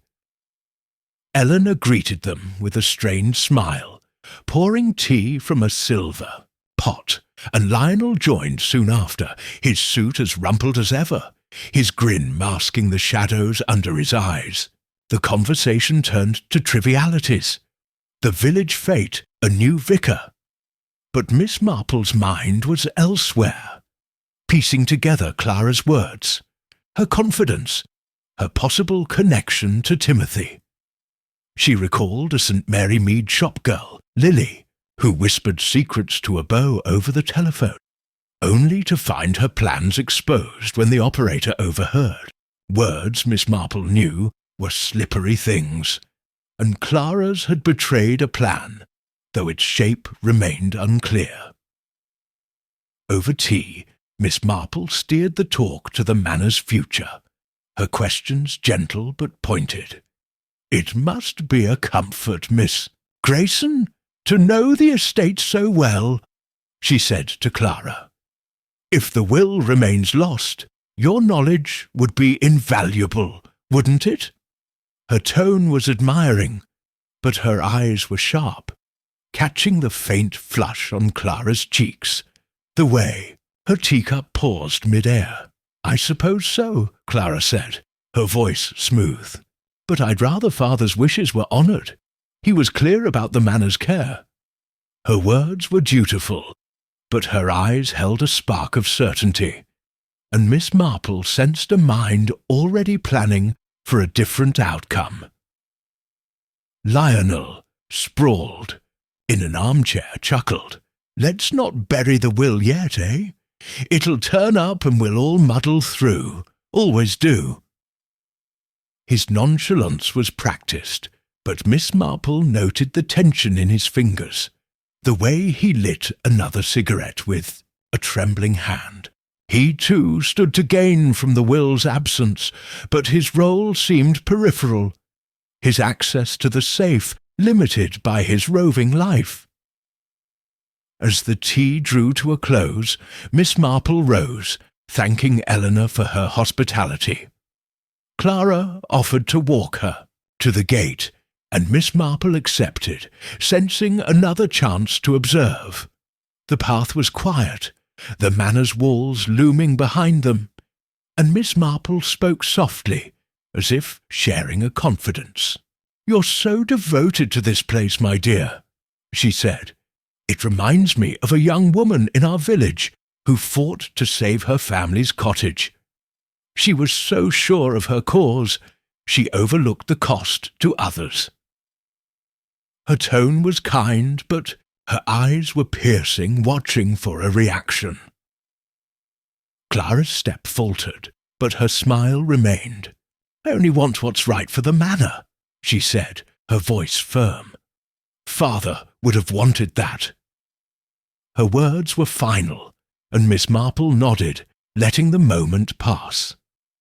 At the gate they parted, Clara's figure retreating into the dusk, and Miss Marple boarded the taxi, her mind alight with impressions. Clara's confidence, her telephone call, her guarded words about Timothy, these were clues, and Miss Marple felt the pattern tightening, like stitches locking into place. She recalled the scratch on the safe, Timothy's ambition, and the history of Clara's resentment rooted in her mother's death. The will's theft was no random act, she felt certain, and Clara's role, whether as instigator or accomplice, was key. But proof was needed, a moment to catch the truth unawares. Back in her cottage, Miss Marple lit the fire, its glow warming the room as she picked up her knitting. The pale pink shawl grew under her needles, its delicate pattern a mirror to the delicate work of unravelling secrets. Tomorrow she would speak to Inspector Craddock, sharing her suspicions about Clara's call and Timothy's involvement. The truth, she knew, was near, hidden in the manor's shadows, and Miss Marple, with her quiet persistence, was ready to bring it to light. Chapter 8. The Gambler's Debt. The evening air in St. Mary Mead carried a crisp edge, hinting at autumn's approach, as Miss Jane Marple made her way to the village pub, the Blue Boar, at the invitation of Lionel Grayson. The pub, a low-beamed building with mullioned windows, glowed warmly against the dusk, its sign creaking in the breeze. Miss Marple's black handbag swung gently at her side, and her eyes, sharp behind her spectacles, surveyed the cobbled lane with the quiet alertness of one who saw motives in every shadow. The missing will, the scratched safe, Clara's confidence, Timothy Wren's ambition. These threads wove a complex pattern in her mind, and Lionel, with his careless charm and whispered debts, was a loose end she meant to tie. Her step was steady, her knitting bag left at home, but her thoughts were as precise as the needles within it, ready to stitch together the truth. Lionel had suggested the pub with a breezy note, claiming a change from Grayson Manor's stuffy drawing-room would do them both good. Miss Marple, sensing an opportunity to observe him away from his family's watchful eyes, had agreed, her reply couched in the gentle politeness that disarmed even the wariest. The Blue Boar was lively when she arrived, its taproom filled with farmers, shopkeepers, and the occasional traveller, their voices mingling with the clink of pint glasses and the crackle of a fire. Lionel stood at the bar, his tailored suit rumpled, his dark hair falling over one eye, as he laughed with the publican, a ruddy-faced man named Mr. Gibbs. He spotted Miss Marple and waved her over, his grin as bright as the polished brass behind him. "Miss Marple, you're a sport for coming," he said, pulling out a chair at a corner table, its surface scarred from years of use. "Let's get you settled. Sherry, is it, or something stronger?" His tone was jovial, but his eyes, shadowed and restless, betrayed a tension that Miss Marple noted at once, like a card player bluffing a weak hand. "Sherry will do nicely, thank you," she replied, settling into the chair with a smile that was both warm and disarming. "What a charming place! I don't often visit pubs, but this one has such character. You must know it well, Mr. Grayson." Her voice was light, but her gaze was keen, catching the way Lionel's fingers drummed the table, the slight tremor, as he signalled for drinks. "Oh, I've had my share of pints here," Lionel said, leaning back as Mr. Gibbs delivered a sherry and a pint of bitter. "Better than moping at the manor, eh? Clara and Eleanor are all duty and decorum, but I need a bit of life." He raised his glass, his grin masking the edge in his voice, and Miss Marple sipped her sherry, her mind already probing the cracks in his nonchalance. They chatted about village matters, the harvest, the new postmistress. But Miss Marple steered the conversation with the skill of a weaver at her loom, her questions gentle but deliberate. "You must find London more to your taste," she said, her tone admiring. "I hear you're quite the man about town. It must be hard, though, with the manor's affairs so unsettled." Her eyes flitted to his face, noting the brief tightening of his jaw, the way his fingers paused on the glass. Lionel shrugged, lighting a cigarette with a silver lighter that gleamed despite its dents. "London's my place, all right. Clubs, races, good company. The manor's Clara's domain, and Eleanor's got her hands full. As for the estate, it'll sort itself out. Always does."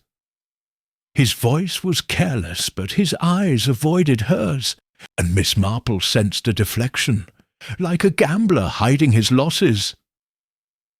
She nodded, her expression sympathetic. "Still, it must be worrying, with your father's will gone missing. I understand it affects you all, Eleanor, Clara, and yourself. Without it the law might change things, mightn't it?" Her question was mild, but her gaze was unyielding, catching the flicker of unease in Lionel's eyes, the way his cigarette trembled as he exhaled. He laughed, a short, sharp sound. "If it's gone, I get a bigger slice, so no complaints here. Trust funds are fine, but a proper inheritance, well, that's a different game." His grin was wide, but his voice held a forced lightness, and Miss Marple noted the way he glanced at the door, as if expecting an interruption, or an escape. "You're very philosophical," she said, her tone gentle. "Many would be anxious with such a fortune at stake. Have you any thoughts on where the will might be? It's such a puzzle, vanishing from a locked safe." Her words were casual, but her eyes were sharp, watching as Lionel's fingers tightened. On his glass, the cigarette burning forgotten in his hand. "Not a clue," he said too quickly. "Hodge's problem, not mine. Probably misfiled it, the old duffer. Or that clerk of his, Wren, is it? Might have bungled something. Young fellows like that always dreaming of bigger things. His tone was dismissive, but his mention of Timothy struck Miss Marple as deliberate, a nudge away from himself. She recalled the scratch on the safe, Timothy's nervous demeanour, and Clara's confident telephone call. But Lionel's role remained murky, his debts a motive, but his opportunity unclear. She sipped her sherry, her thoughts circling. "Mr. Wren does seem ambitious," she agreed, her voice thoughtful. "I met him recently. Such a polite young man, though perhaps a bit restless. Do you know him well?" Her question was innocent, but her eyes were piercing, seeking a connection between Lionel and the clerk who had access to the safe. Lionel shook his head, flicking ash into a tray. "Seen him at the manor once or twice, delivering papers. Bit of a bookworm, isn't he? Not my sort." His words were curt, but Miss Marple noted the way his eyes darted to the bar, as if seeking distraction. She sensed no bond between him and Timothy, yet his quick dismissal of the clerk felt like a shield, protecting something unspoken. The pub grew noisier, a group of farmers laughing over a card game, and Lionel seized the chance to play host, ordering another round and regaling Miss Marple with tales of his London exploits. A winning bet at Ascot, a night at a jazz club. His charm was effortless, but Miss Marple saw through it, noting the strain beneath his laughter, the way his hand strayed to his pocket, perhaps checking a wallet too thin for his tastes. She recalled a St. Mary Mead tailor, Mr. Finch, who gambled, his savings on a horse, only to beg his sister for a loan when it lost. Debts, she knew, could drive desperate acts. But Lionel's distance from Much Benham and the safe made his involvement unlikely, unless he had an ally. Her chance to probe further came when Lionel, emboldened by his second pint, leaned forward, his voice low. "You're a sharp one, Miss Marple," he said, his grin sly. "Everyone says you've a knack for sorting muddles. Got any theories about that will? I won't tell." His tone was teasing, but his eyes were watchful, and Miss Marple sensed a test, a gambler sizing up the table. She smiled, her expression one of mild amusement. "Oh, I'm just an old woman with too much time to think," she said. "But I do wonder about that safe, so secure, yet the will slipped away. It makes one think of someone trusted, someone who moves quietly, unnoticed. Don't you agree?" Her words were soft, but her gaze was unyielding, catching the sudden stillness in Lionel's posture, the way his cigarette paused mid-air. He laughed, leaning back. "Sounds like a detective novel. You should write one, Miss Marple." Icombe. Voice was light, but his eyes were wary, and Miss Marple noted the way he changed the subject, calling for Mr. Gibbs to share a story about a local poacher. The deflection was smooth, but it confirmed her suspicion. Lionel knew more than he let on, or feared he might. As the evening wore on, Miss Marple excused herself to visit the ladies' room, her step slow but purposeful. Passing the bar, she overheard Mr. Gibbs muttering to a barmaid about Lionel's tab, unpaid for weeks. "He's good for it, he says," Gibbs grumbled, "but I've seen his sort before. Charm don't pay bills." Miss Marple filed the detail away, her mind returning to the manor's housekeeper, Mrs. Dobbs, who had mentioned Lionel meeting a shady fellow in the village recently, discussing money. Was this a creditor, a bookmaker, or something more sinister? Returning to the table, she found Lionel in high spirits, buying drinks for a group of locals, his laughter loud but brittle. She declined another sherry, citing the hour, and Lionel insisted on walking her to the taxi rank, his arm offered with gallant flair. The lane was dark, the pub's glow fading behind them, and Miss Marple spoke softly, as if sharing a confidence. "You're so generous, Mr. Grayson," she said. "It reminds me of a young man in our village who spent freely to keep his friends, only to find himself in debt. It's so easy to overreach, isn't it?" Her tone was kind, but her eyes were sharp, watching for a reaction. Lionel's step faltered, but his grin held. "I manage, Miss Marple. A few IOUs never hurt a chap like me." His voice was breezy, but his hand strayed to his pocket again, and Miss Marple sensed a man teetering on the edge of ruin, his charm a mask for desperation. At the taxi rank they parted, Lionel's wave jaunty, but his eyes shadowed, and Miss Marple settled into the cab, her mind alight with impressions. Lionel's debts, his nonchalance about the will, his fleeting unease, these were clues, but his role in the theft remained elusive. The safe's scratch, Timothy's ambition, Clara's telephone call, these pointed to a plan closer to the manor. Yet Lionel's need for funds made him a piece of the puzzle, perhaps an opportunist waiting for the law to favour him. She recalled Mrs. Dobbs's gossip about the shady fellow and resolved to ask her more, perhaps at tomorrow's gathering at the manor. Lionel's debts were a motive, but without access to the safe, he needed an ally, and Timothy or Clara seemed the likeliest candidates. Back in her cottage, Miss Marple lit the fire, its crackle warming the room as she picked up her knitting. The pale pink shawl grew under her needles, its delicate pattern a mirror to the delicate work of unravelling secrets. Lionel's charm, his debts, his deflection, they were threads, and she felt the pattern tightening, like stitches locking into place. Tomorrow she would watch him at the manor, seeking a glance or word that betrayed a link to Timothy or Clara. The truth, she knew, was near, hidden in the gambler's debt and the manor's shadows, and Miss Marple, with her quiet persistence, was ready to bring it to light. Chapter 9. The Clerk's Mistake.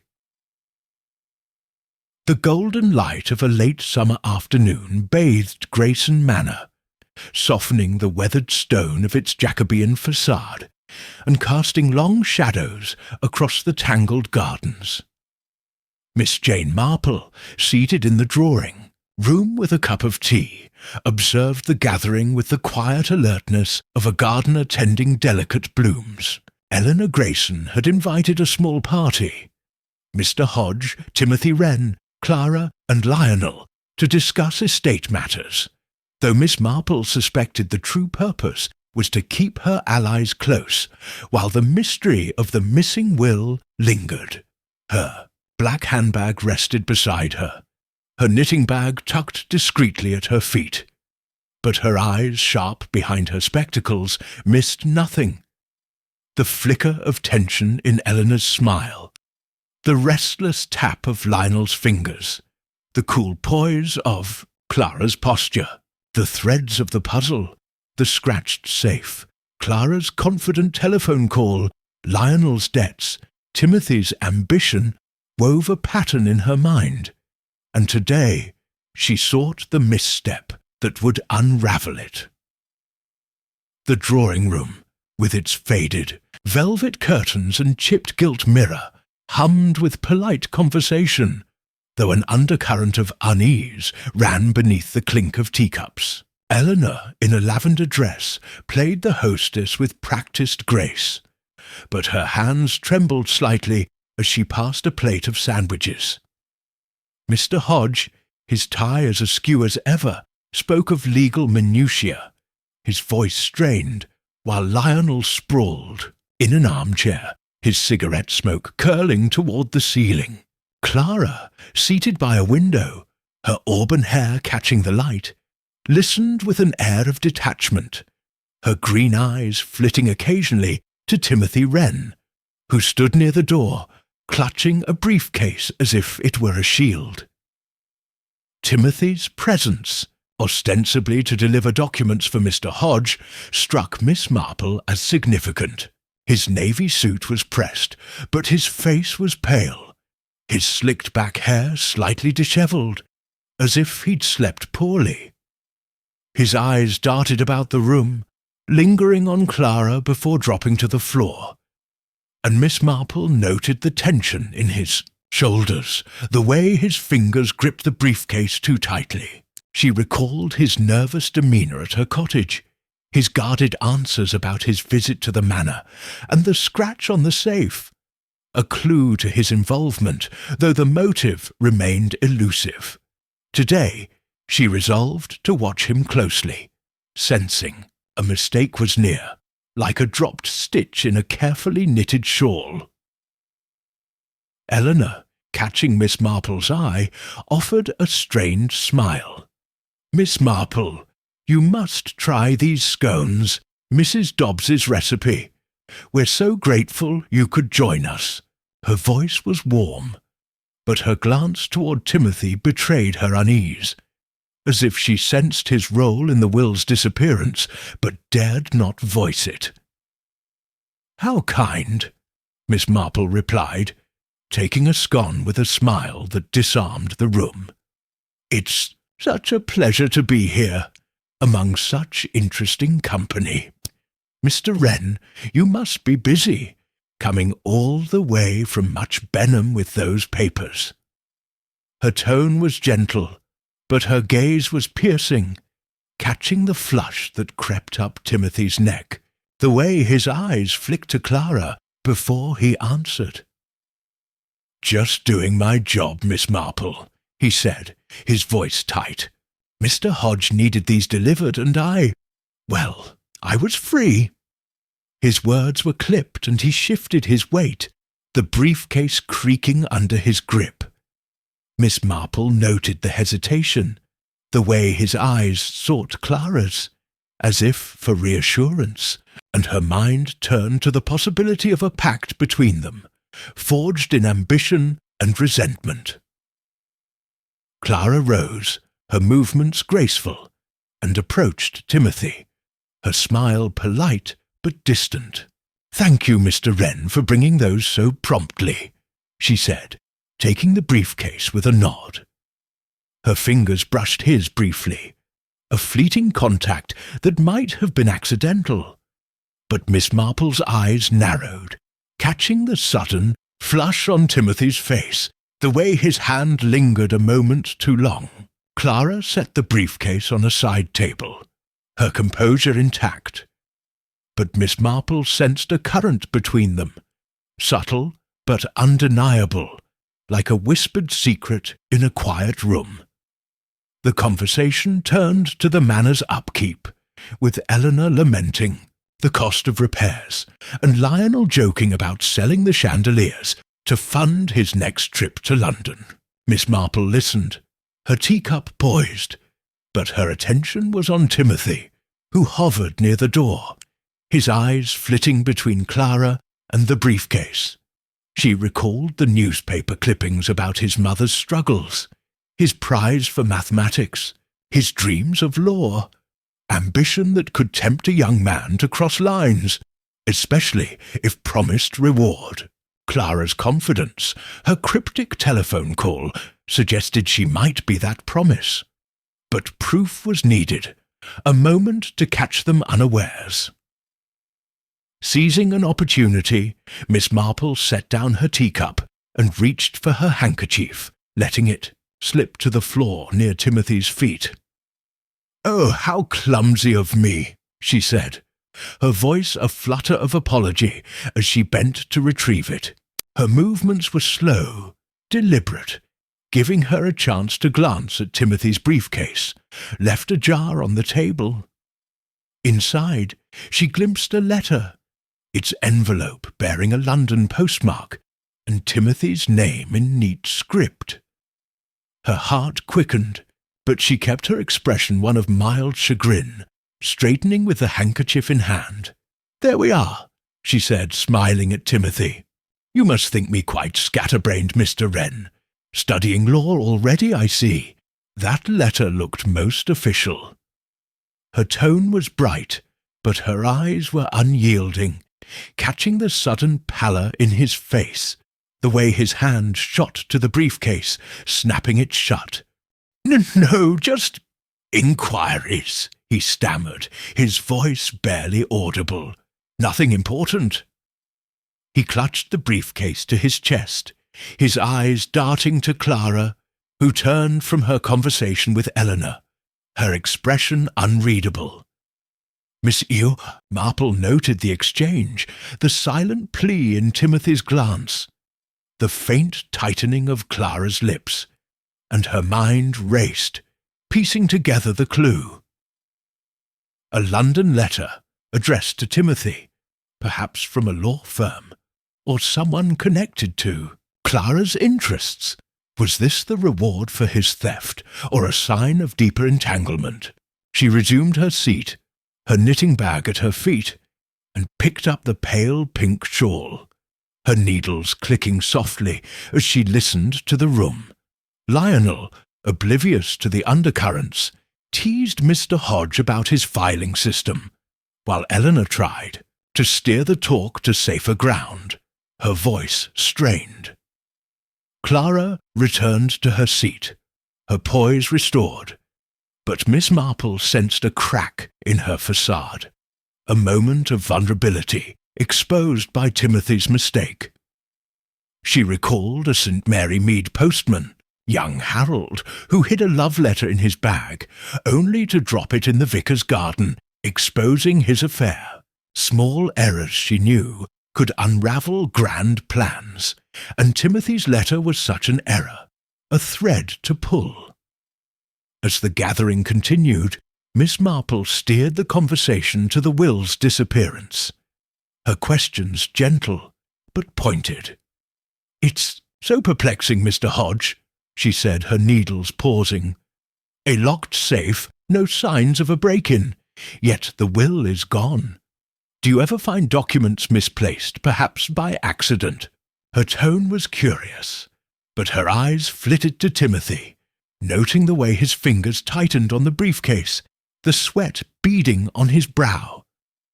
Hodge sighed, his tie suffering another tug. "Never, Miss Marple. My system is meticulous, and Timothy's most careful. It's a mystery, I assure you." His voice was firm, but doubt flickered in his eyes, and Miss Marple sensed his trust in his clerk wavering, like a rope fraying under strain. Timothy cleared his throat, his voice unsteady.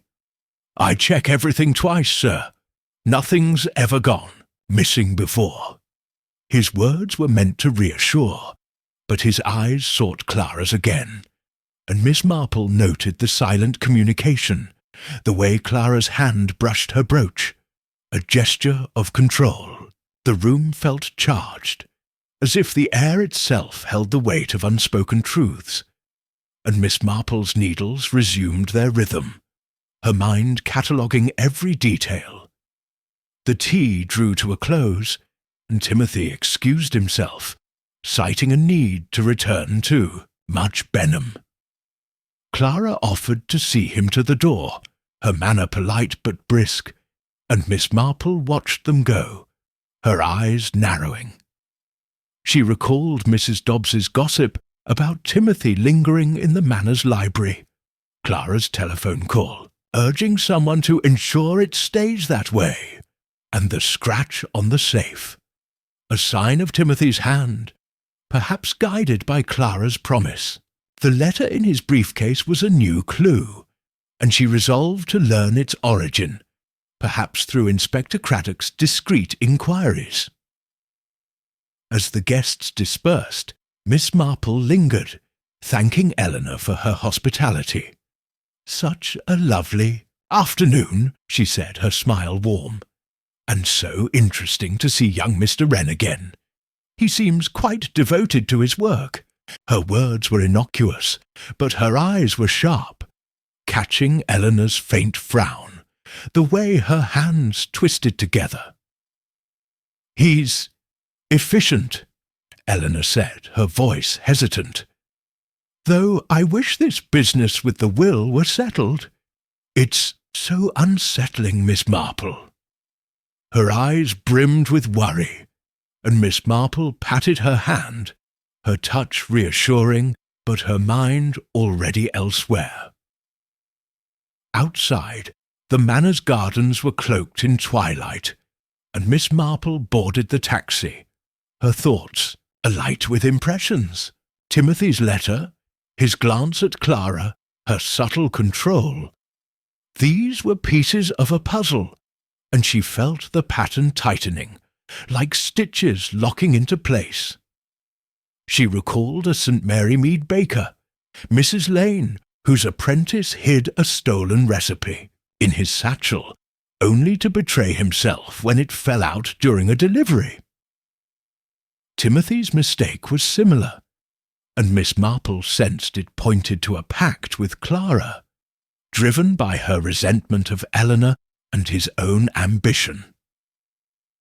Back in her cottage, Miss Marple lit the fire, its crackle warming the room as she picked up her knitting.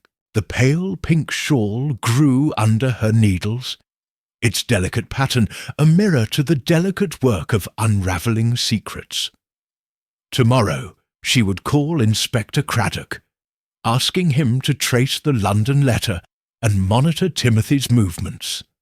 The truth, she knew, was near, hidden in the clerk's mistake and the manor's tangled motives, and Miss Marple, with her quiet persistence, was ready to bring it to light. Chapter 10. The Hidden Alliance.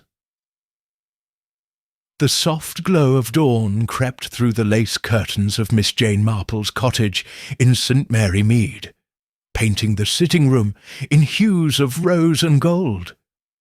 Miss Marple, seated in her favourite armchair, sipped tea from a delicate porcelain cup, her knitting bag at her side, the pale pink shawl a testament to her patient hands.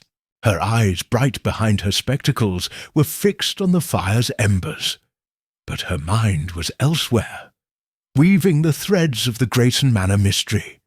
The scratched safe, Timothy Wren's nervous letter, Clara Grayson's cryptic telephone call, Lionel's debts, into a pattern that grew clearer with each passing hour.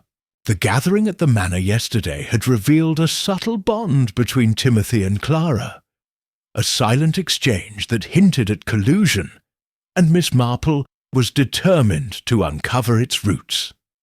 Today she would confide in Inspector Craddock, seeking the final piece to expose the hidden alliance behind the missing will. Her morning was spent in quiet preparation, her thoughts as orderly as the stitches in her shawl. She recalled Timothy's flushed face when she glimpsed the London letter in his briefcase, Clara's controlled poise, and the way their eyes met, a fleeting signal of shared purpose. The letter, with its official postmark, suggested a connection. To Clara's interests, perhaps a law firm or a promise of reward for Timothy's theft. Miss Marple's fingers tapped her teacup, a rare sign of her mind's intensity. She thought of a St. Mary Mead seamstress, Miss Carter, who once stitched a secret note into a client's hem, only to be undone when the thread unravelled. Alliances, she knew, were fragile things, and Timothy's mistake was the loose thread she meant to pull. By mid-morning, Miss Marple telephoned Inspector Craddock, her voice gentle but firm as she outlined her suspicions. "It's the letter, Inspector," she said, her tone conversational, as if discussing the weather. Mr. Wren had it in his briefcase at the manor, a London postmark addressed to him. I wonder if it might be from a firm connected to Miss Grayson, Clara, that is. Could you trace it discreetly, and perhaps keep an eye on young Wren's movements? I fear he's tangled in something he doesn't fully grasp. Her words were careful, but her meaning was clear, and Craddock, accustomed to her insight, promised to investigate, his tone warm with respect. The call complete, Miss Marple donned her tweed coat and black handbag, resolving to visit Grayson Manor once more. Eleanor had mentioned a need for advice on the estate's gardens, a pretext Miss Marple welcomed, knowing it would place her near Clara, and perhaps Mrs. Dobbs, the housekeeper whose gossip had already proved valuable. The bus to the manor wound through lanes of hawthorn and elder, the countryside a patchwork of green and gold. But Miss Marple's gaze was inward, piecing together the clues. Clara's resentment of Eleanor, rooted in her mother's death, was a potent motive to steal the will, ensuring the manor passed to her under intestacy laws. Timothy, with his ambition and access to the safe, was the perfect tool. But their alliance needed a spark. Money, favour, or a shared goal. At Grayson Manor, Eleanor greeted her with a weary smile, her lavender dress neat, but her eyes shadowed by worry. "Miss Marple, you're a blessing," she said, leading her to the terrace, where a table held tea and a plate of biscuits. "The gardens are such a burden, and with this business about the will, I'm quite at sea." Her voice trembled, and Miss Marple patted her hand, her touch reassuring but her mind alert, noting the absence of Clara and Lionel, the quiet of the manor's halls. "Let's walk, my dear," Miss Marple suggested, her tone soothing. "Fresh air clears the mind, and I'd love to see your roses." They strolled through the gardens, the paths overgrown but fragrant, and Miss Marple steered the conversation to the manor's staff, her questions gentle but probing. "Mrs. Dobbs must be a great help," she said. "She seems to know every corner of this place. Does she often see visitors like Mr. Wren when he comes?" Her eyes flitted to Eleanor's face, catching the faint frown, the way her fingers twisted her handkerchief. "Mrs. Dobbs is a treasure," Eleanor said, her voice hesitant.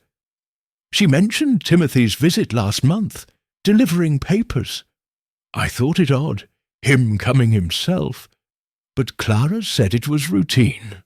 Her words trailed off, and Miss Marple noted the doubt in her tone, the seed of suspicion taking root. As they rounded a hedge, Mrs. Dobbs appeared, her stout figure bustling from the kitchen garden with a basket of herbs. Her starched apron gleamed, and her face, creased by years of service, lit with recognition. "Miss Marple, back again," she said, her voice hearty but her eyes sharp, assessing the scene. "Mrs. Grayson, these chives'll do nicely for dinner. Shall I fetch more tea?" Her offer was polite, but Miss Marple sensed her eagerness to linger, her ear tuned to gossip. "No need, Mrs. Dobbs," Eleanor said, then hesitated. "Though perhaps you could join us a moment." Miss Marple was asking about the manor's visitors. Her voice was soft, but her glance at Miss Marple was grateful, as if relying on her to navigate the conversation. Mrs. Dobbs set down her basket, wiping her hands on her apron. "Visitors, eh? We get the usual. Tradesmen, the vicar now and then. That clerk, Mr. Wren, was here a while back poking about the library with Miss Clara. Stopped talking when I came near, they did." Her tone was disapproving, and Miss Marple's interest sharpened, recalling Timothy's lingering in the library, his nervous letter, and Clara's confidence. A private meeting, interrupted by the housekeeper, suggested more than routine business. "How curious," Miss Marple said, her voice mild. "Young men like Mr. Wren often admire old books, don't they? Though I suppose Miss Clara was showing him something specific." Her tone was innocent, but her eyes were piercing, catching the way Mrs. Dobbs's lips pursed, her nod reluctant. "Books, maybe," Mrs. Dobbs said, her voice sceptical. "But they were mighty quiet when I walked in. Miss Clara's particular about the library. Says it's her father's legacy. Don't know why she'd show it to a clerk." Her words were blunt, and Miss Marple noted the hint of loyalty to do so. Clara, tempered by suspicion of Timothy's role. Eleanor frowned, her hands twisting tighter. "I didn't know Clara was so friendly with Mr. Wren," she said, her voice faltering. "She never mentioned it." Her eyes met Miss Marple's, a silent plea for guidance, and Miss Marple smiled, her expression reassuring, but her mind racing. The library meeting, Clara's silence, Timothy's letter, these were threads, and they pointed to an alliance hidden in the manor's quiet corners. "Thank you, Mrs. Dobbs," Miss Marple said, her tone warm. "You've a sharp eye, and that's a comfort in a house like this. Shall we see the rose garden, Eleanor?" She steered them away, giving Mrs. Dobbs a nod, but her thoughts were on the library, a place of secrets where Clara and Timothy had conspired. She recalled a St. Mary Mead librarian, Miss Price, who overheard a whispered plot in the stacks, only to unravel a theft when she spoke up. Whispers, Miss Marple knew, carried truth, and Mrs. Dobbs's account was a whisper she meant to follow. As they walked, Miss Marple's mind turned to Inspector Craddock's promised inquiry. By late afternoon, he telephoned her cottage, his voice crisp but excited. "That letter, Miss Marple," he said. "It's from a London firm, Carver, and Sons, solicitors who handled a property dispute for Clara Grayson 3 years ago. Timothy wrote to them last month, asking about legal training. Bold move for a clerk. They replied, offering to discuss it if he could fund the fees. No direct link to the will, but it's fishy, him reaching out now." His tone held a note of admiration, and Miss Marple's heart quickened, the piece falling into place. "Thank you, Inspector," she said, her voice calm, but her mind alight. "Could you watch Mr. Wren a little longer? I suspect he's meeting someone, Miss Grayson, perhaps, outside his usual duties." Her request was gentle, but her meaning was clear, and Craddock agreed, promising to report any movements. The London firm tied Timothy to Clara, not directly to the will's theft, but closely enough to suggest a bargain. Clara's influence or funds for Timothy's ambition in exchange for his act. Miss Marple frowned, her fingers tapping her handbag as she returned to the manor in her thoughts. Clara's resentment of Eleanor, her desire to control the manor, made her the likely instigator. But Timothy's access to the safe made him the hand that acted. The library meeting, interrupted by Mrs. Dobbs, was their moment of planning, and the letter was Timothy's hope of reward, a step toward law that Clara might have promised to secure. Miss Marple resolved to return to the manor tomorrow, using Eleanor's invitation to observe Clara and Timothy again. She thought of the scratch on the safe, a mark of Timothy's carelessness, and the letter, a sign of his overreach. She recalled a St. Mary Mead grocer, Mr. Tate, who hid stolen coins in a ledger only to be caught when a customer saw the bulge. Alliances, she knew, crumbled under scrutiny, and Clara and Timothy's was no exception, its cracks exposed by their own mistakes. Back in her cottage, Miss Marple lit the fire, its crackle warming the room as she picked up her knitting. The pale pink shawl grew under her needles, its delicate pattern a mirror to the delicate work of unravelling secrets. The hidden alliance between Clara and Timothy was clear now, but proof was needed, a moment to catch them unawares. Tomorrow she would watch for a glance, a word that sealed their guilt, her eyes as sharp as the needles in her hands. The truth, she knew, was near, hidden in the manor's whispers and the clerk's ambition, and Miss Marple, with her quiet persistence, was ready to bring it to light. Chapter 11. The Trap. The late afternoon sun bathed Grayson Manor in a warm amber glow, softening the edges of its weathered stone and casting intricate shadows across the overgrown lawns. Miss Jane Marple, seated on a cushioned wicker chair in the manor's drawing-room, held a delicate teacup, her black handbag resting primly at her side. Her eyes, sharp and bright behind her spectacles, moved with quiet precision over the assembled company, noting every gesture, every glance. The room, with its faded grandeur, frayed velvet curtains, a chipped mahogany table laden with scones and jam, hummed with an undercurrent of tension, as if the very air sensed the trap Miss Marple had set. The missing will, the scratched safe, Timothy Wren's London letter, Clara Grayson's whispered telephone call. These threads had woven a pattern in her mind, and today she meant to pull the final stitch to reveal the culprits. Her knitting bag, tucked beneath her chair, held the pale pink shawl, its delicate work a mirror to the delicate task at hand. Eleanor Grayson, pale in a soft blue dress, had gathered the key players at Miss Marple's suggestion.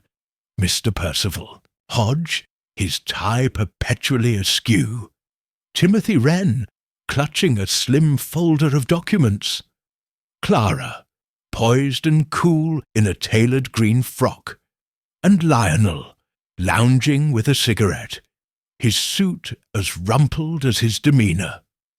The pretext was a discussion of the estate's future, but Miss Marple had proposed a subtle ploy, a carefully worded announcement by Eleanor to unsettle the guilty.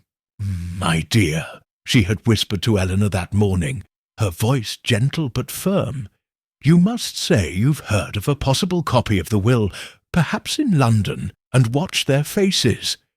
It's a small deception, but it may shake the truth loose."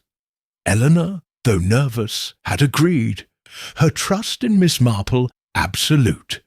The drawing-room was stifling despite the open windows, the scent of roses mingling with the faint must of old wood. Eleanor, playing her role with a courage that belied her trembling hands, cleared her throat as she poured tea. "I've had some news," she said, her voice steady but pitched to carry. "Mr. Hodge, you'll be relieved to hear there may be a copy of Henry's will, kept with a London solicitor. I've asked for it to be sent, and we should know soon if it clarifies matters." Her words hung in the air, and Miss Marple's eyes darted across the room, her senses attuned to every reaction. Mr. Hodge blinked, his teacup clattering against its saucer. "A copy? In London?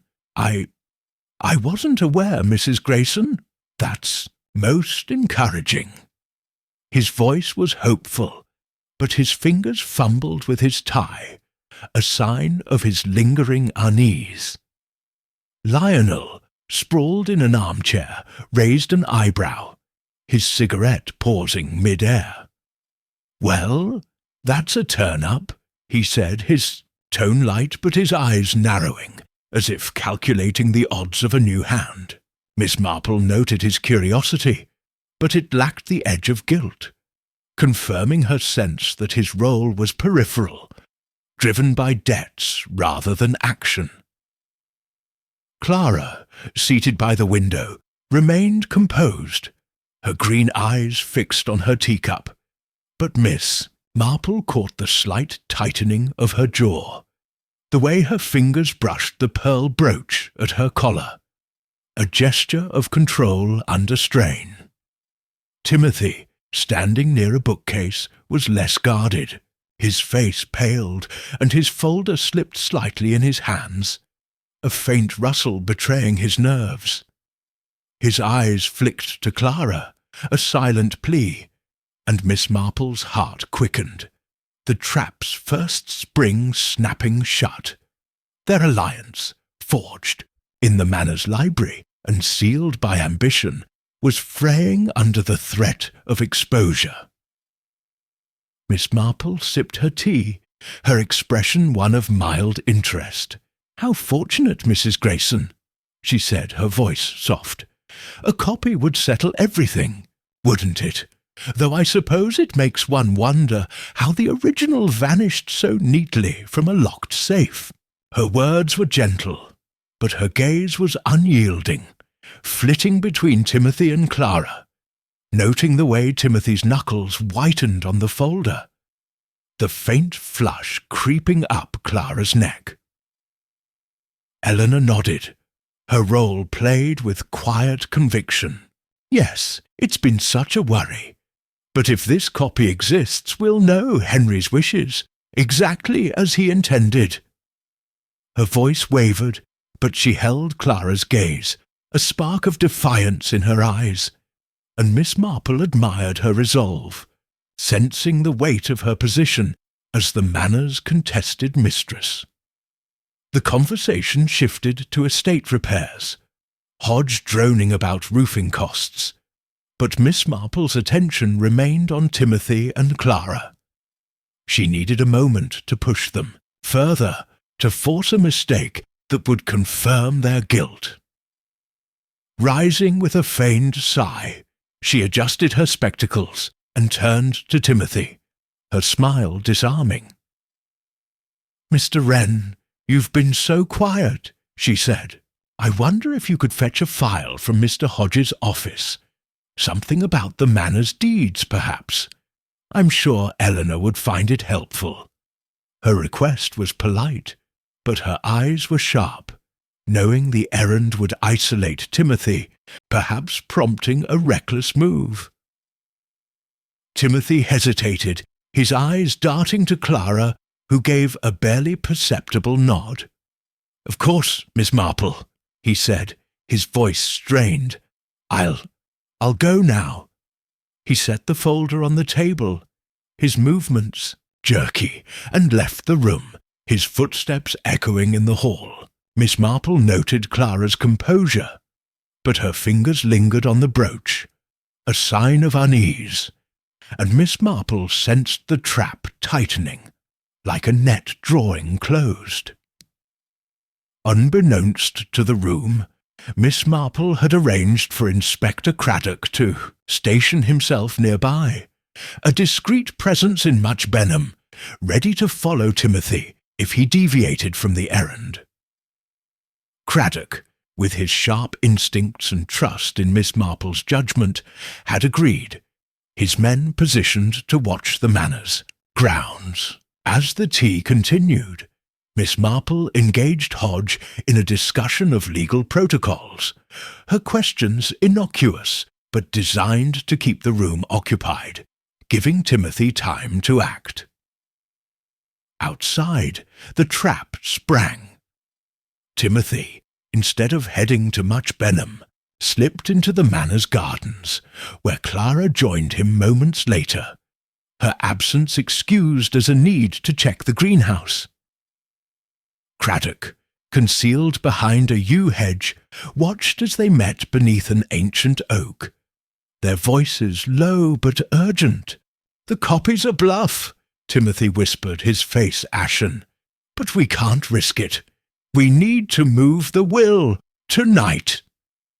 Clara's voice was sharp, her poise cracking. "You were careless, Timothy. That letter, why keep it? Do as I say, and you'll have your funds." She pressed a small envelope into his hand, her eyes fierce, and Timothy nodded, his shoulders slumping. Craddock stepped forward, his badge glinting in the fading light. "That's enough, you two," he said, his voice calm but firm. "Miss Grayson, Mr. Wren, you'll come with me. We've some questions about that will." Clara's face paled, her hand clutching the brooch, while Timothy froze, the envelope falling to the grass. Craddock's men emerged, securing the scene, and Miss Marple, alerted by a discreet signal, excused herself from the drawing-room, her heart steady, but her mind alight with the trap's success. Back in the drawing-room, Eleanor continued the charade, her voice faltering as she sensed the shift in the air. Lionel, oblivious, lit another cigarette, while Hodge rambled on, unaware of the drama unfolding outside. Miss Marple returned moments later, her expression serene, and resumed her seat, her needles clicking softly as she picked up her shawl. "Such a lovely tea, Eleanor," she said, her voice warm. "I do think things will sort themselves out soon." Her words were gentle, but her eyes met Eleanor's, conveying a quiet assurance that the trap had worked. Craddock, after detaining Clara and Timothy, searched Timothy's lodgings in Much Benham, finding the will hidden inside the pages of The Art of Deception, its edges slightly crumpled but intact. The document confirmed Eleanor as the primary beneficiary, with trust funds for Clara and Lionel, and Craddock's report to Miss Marple later that evening filled in the gaps.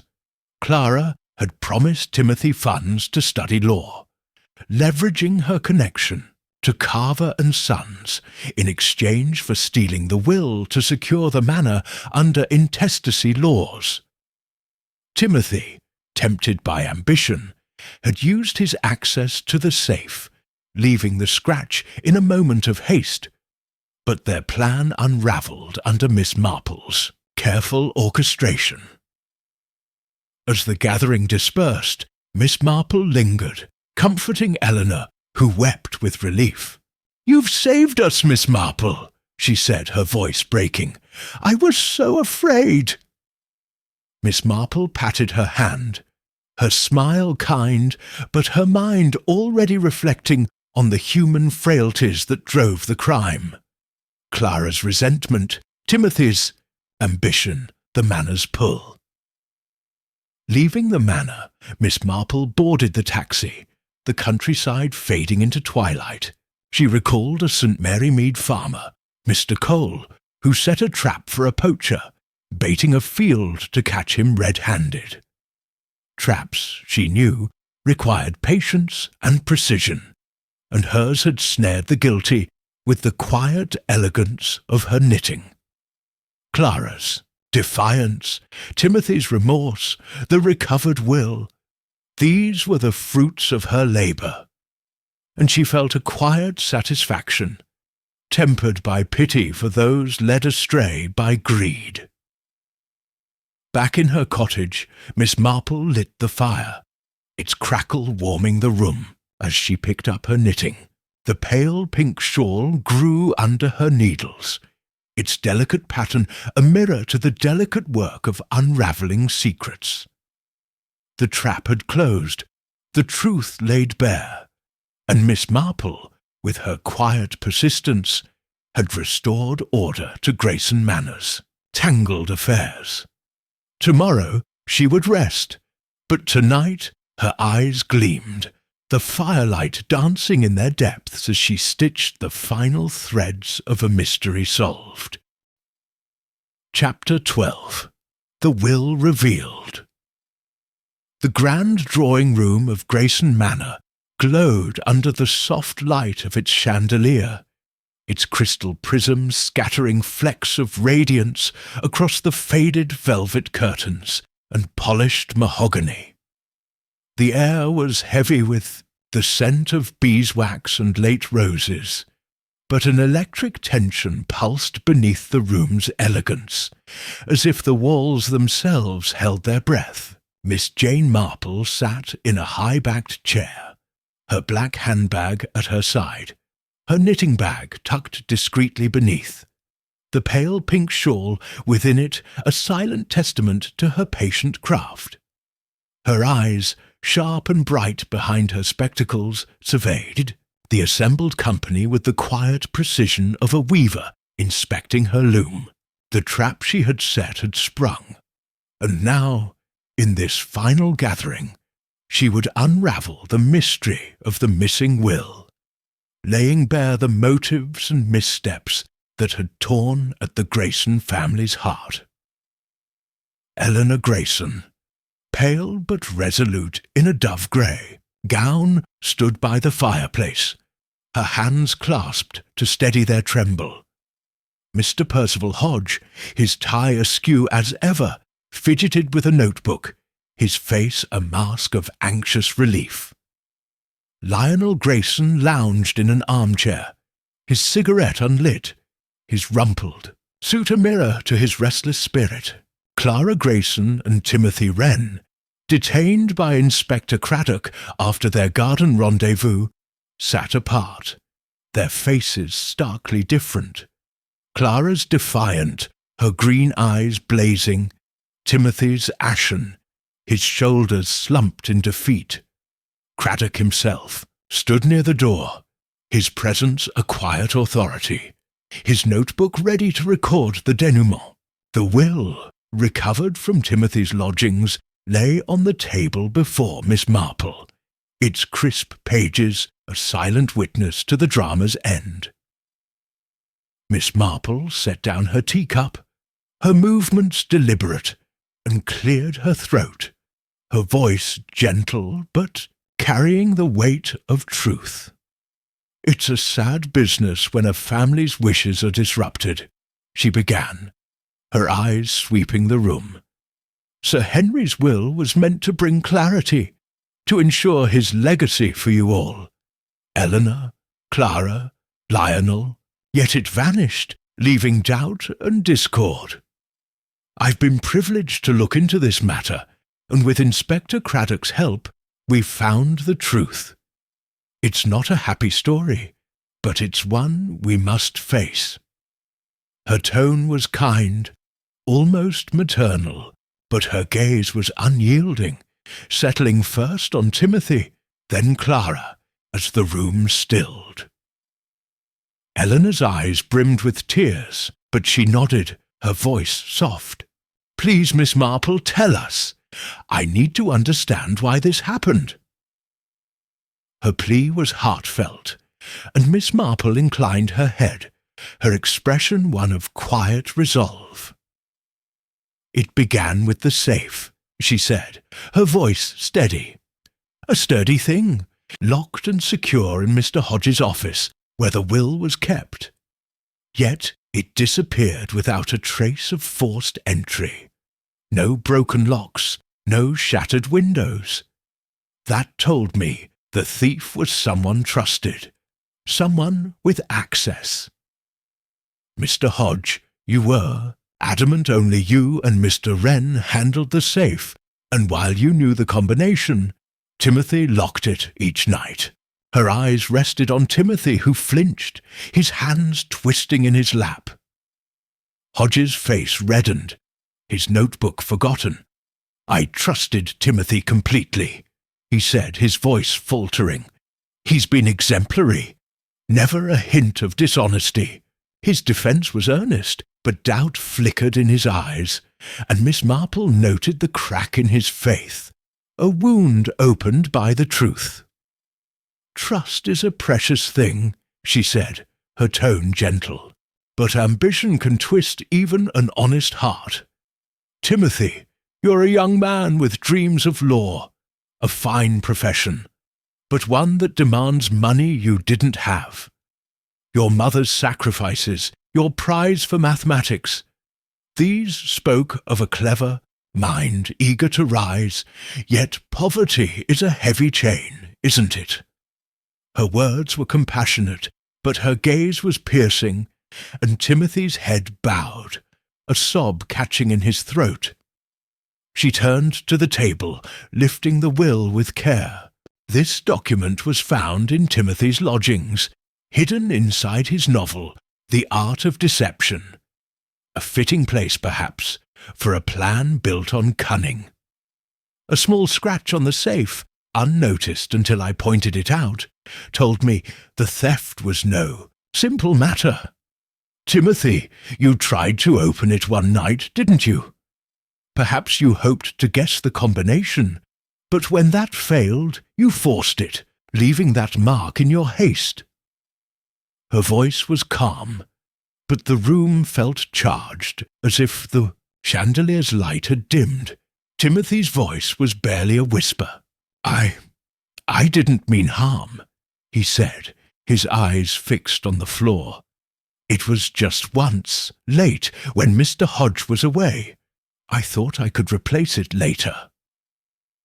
His confession was halting, but Miss Marple nodded, her expression one of pity rather than judgment. "But you didn't act alone," she continued, her eyes shifting to Clara, whose defiance wavered, her fingers clutching her pearl brooch. "Miss Grayson, you've loved this manor since childhood, a bond forged with your father, deepened by your mother's loss. When he married Eleanor, you felt displaced, didn't you? The will, naming Eleanor as primary heir, was a blow to your vision of the manor's future. Without it, the law might favour you, restoring what you believed was yours." Her words were measured, but Clara's face paled, her eyes narrowing as if to deflect the truth.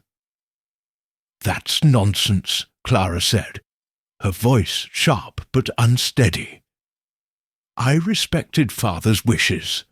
I'd never—" She broke off, her hand trembling, and Miss Marple's gaze softened, seeing the pain beneath the pride. "I believe you loved your father," Miss Marple said, "but love can blind us. You met Timothy in the manor's library, a private moment Mrs. Dobbs overheard, though she didn't grasp its meaning. You saw his ambition, his need, and offered a way out. Funds to study law, perhaps through your London contacts, in exchange for the will's removal. It was a bargain born of resentment and opportunity, wasn't it?" Her question hung in the air, and Clara's defiance crumbled, her shoulders sagging as she stared at the will. Lionel, silent until now, stubbed out his cigarette, his voice low. "Clara, you didn't—" His words were more question than accusation, and Miss Marple noted his shock, confirming his innocence in the theft, though his debts had made him a willing beneficiary of the will's absence. Clara's voice was a whisper, her eyes blazing with unshed tears. "I wanted the manor safe," she said. "Eleanor doesn't understand it. Father's legacy, his heart. I thought, if the will was gone, I could protect it. Timothy was willing, and I promised to help him. It wasn't about money, it was about what's right." Her confession was fierce, but her hands shook, and Miss Marple saw a young woman, trapped by her own convictions, her love for the manor twisted into betrayal. Timothy, emboldened by Clara's admission, spoke up, his voice raw. "She said it would be temporary, just until the estate was settled. I needed the chance, Miss Marple. Law school, a new life. I thought I could make it right later." His eyes sought Craddock's, pleading for leniency, but the inspector's face remained impassive, his pen moving steadily. Miss Marple nodded, her expression one of quiet sorrow. "You both meant to right your wrongs, in your way," she said. "But secrets have a way of unravelling. A letter in Timothy's briefcase from a London firm tied to Clara's past betrayed your hopes. A whispered call, Clara, urging someone to ensure it stays that way, caught my ear. And yesterday, when Eleanor spoke of a possible copy, your fear led you to the garden, where Inspector Craddock heard your plans to move the will. Small mistakes, but they were enough." Her voice was gentle, but the weight of her words settled over the room like dust after a storm. Eleanor's tears spilled over, her voice breaking. "Clara, Timothy, how could you? Henry wanted us to be a family." Her pain was raw, and Miss Marple reached for her hand, her touch a steady anchor. "Human hearts are frail, my dear," Miss Marple said. "Clara's love for the manor, Timothy's dream of a better life, these drove them, not malice.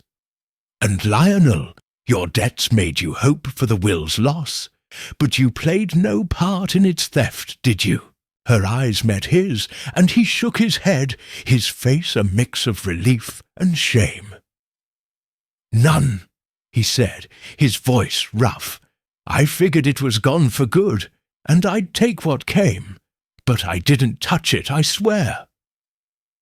His honesty was grudging, but Miss Marple believed him. Her sense of his character, a gambler, not a schemer, proved true. Craddock stepped forward, his voice calm but firm. "The will is authentic, Mrs. Grayson," he said, gesturing to the document. "It names you as primary heir, with provisions for Miss Grayson and Mr. Grayson. Clara and Timothy will face charges, conspiracy, theft, but their cooperation may lighten the consequences. We'll need statements from everyone." His tone was professional, but his glance at Miss Marple held a nod of respect, acknowledging her role in the trap's success. Hodge, silent through the revelations, clutched his notebook, his voice hoarse. "I should have changed the combination," he said. "Timothy, I trusted you." His words trailed off, and Miss Marple patted his arm, her smile kind. "Trust is no fault, Mr. Hodge," she said. "It's the betrayal that wounds." Her words were soft, but they carried the wisdom of years, and Hodge nodded, his shoulders slumping. As Craddock escorted Clara and Timothy from the room, their steps heavy, Eleanor turned to Miss Marple, her voice trembling with gratitude. "You've given me back my peace," she said. "I don't know how to thank you."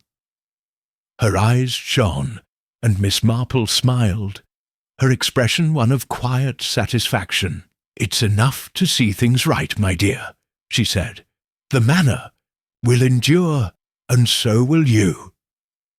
Her words were a balm, and Eleanor clasped her hand, a silent bond forged in the crucible of truth. The gathering dispersed, Lionel slipping away to light his cigarette, Hodge gathering his papers with shaking hands. Miss Marple lingered, her eyes on the will, its pages a testament to Sir Henry's hopes. She recalled a St. Mary Mead widow, Mrs. Bell, whose lost locket was found in a neighbour's drawer, stolen not for gain, but for envy, greed, resentment, ambition. These were old tales woven into the fabric of human nature, and Miss Marple, with her quiet persistence, had unravelled another. Outside, the manor's gardens were cloaked in dusk, the roses glowing faintly under. The first stars. Miss Marple boarded the taxi, the countryside a blur of shadow and light. Her thoughts turned to Clara's defiance, Timothy's remorse, Lionel's relief, each a player in a drama as old as St. Mary Mead itself.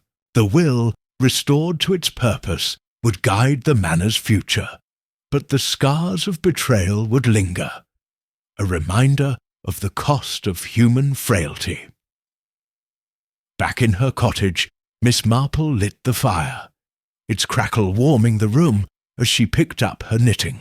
The pale pink shawl grew under her needles, its delicate pattern a mirror to the delicate work of unravelling secrets.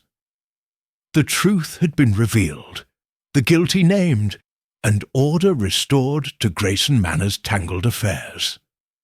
Tomorrow she would tend her roses, but tonight her eyes gleamed, the firelight dancing in their depths as she stitched the final threads of a mystery solved, her heart at peace in the quiet of St. Mary Mead.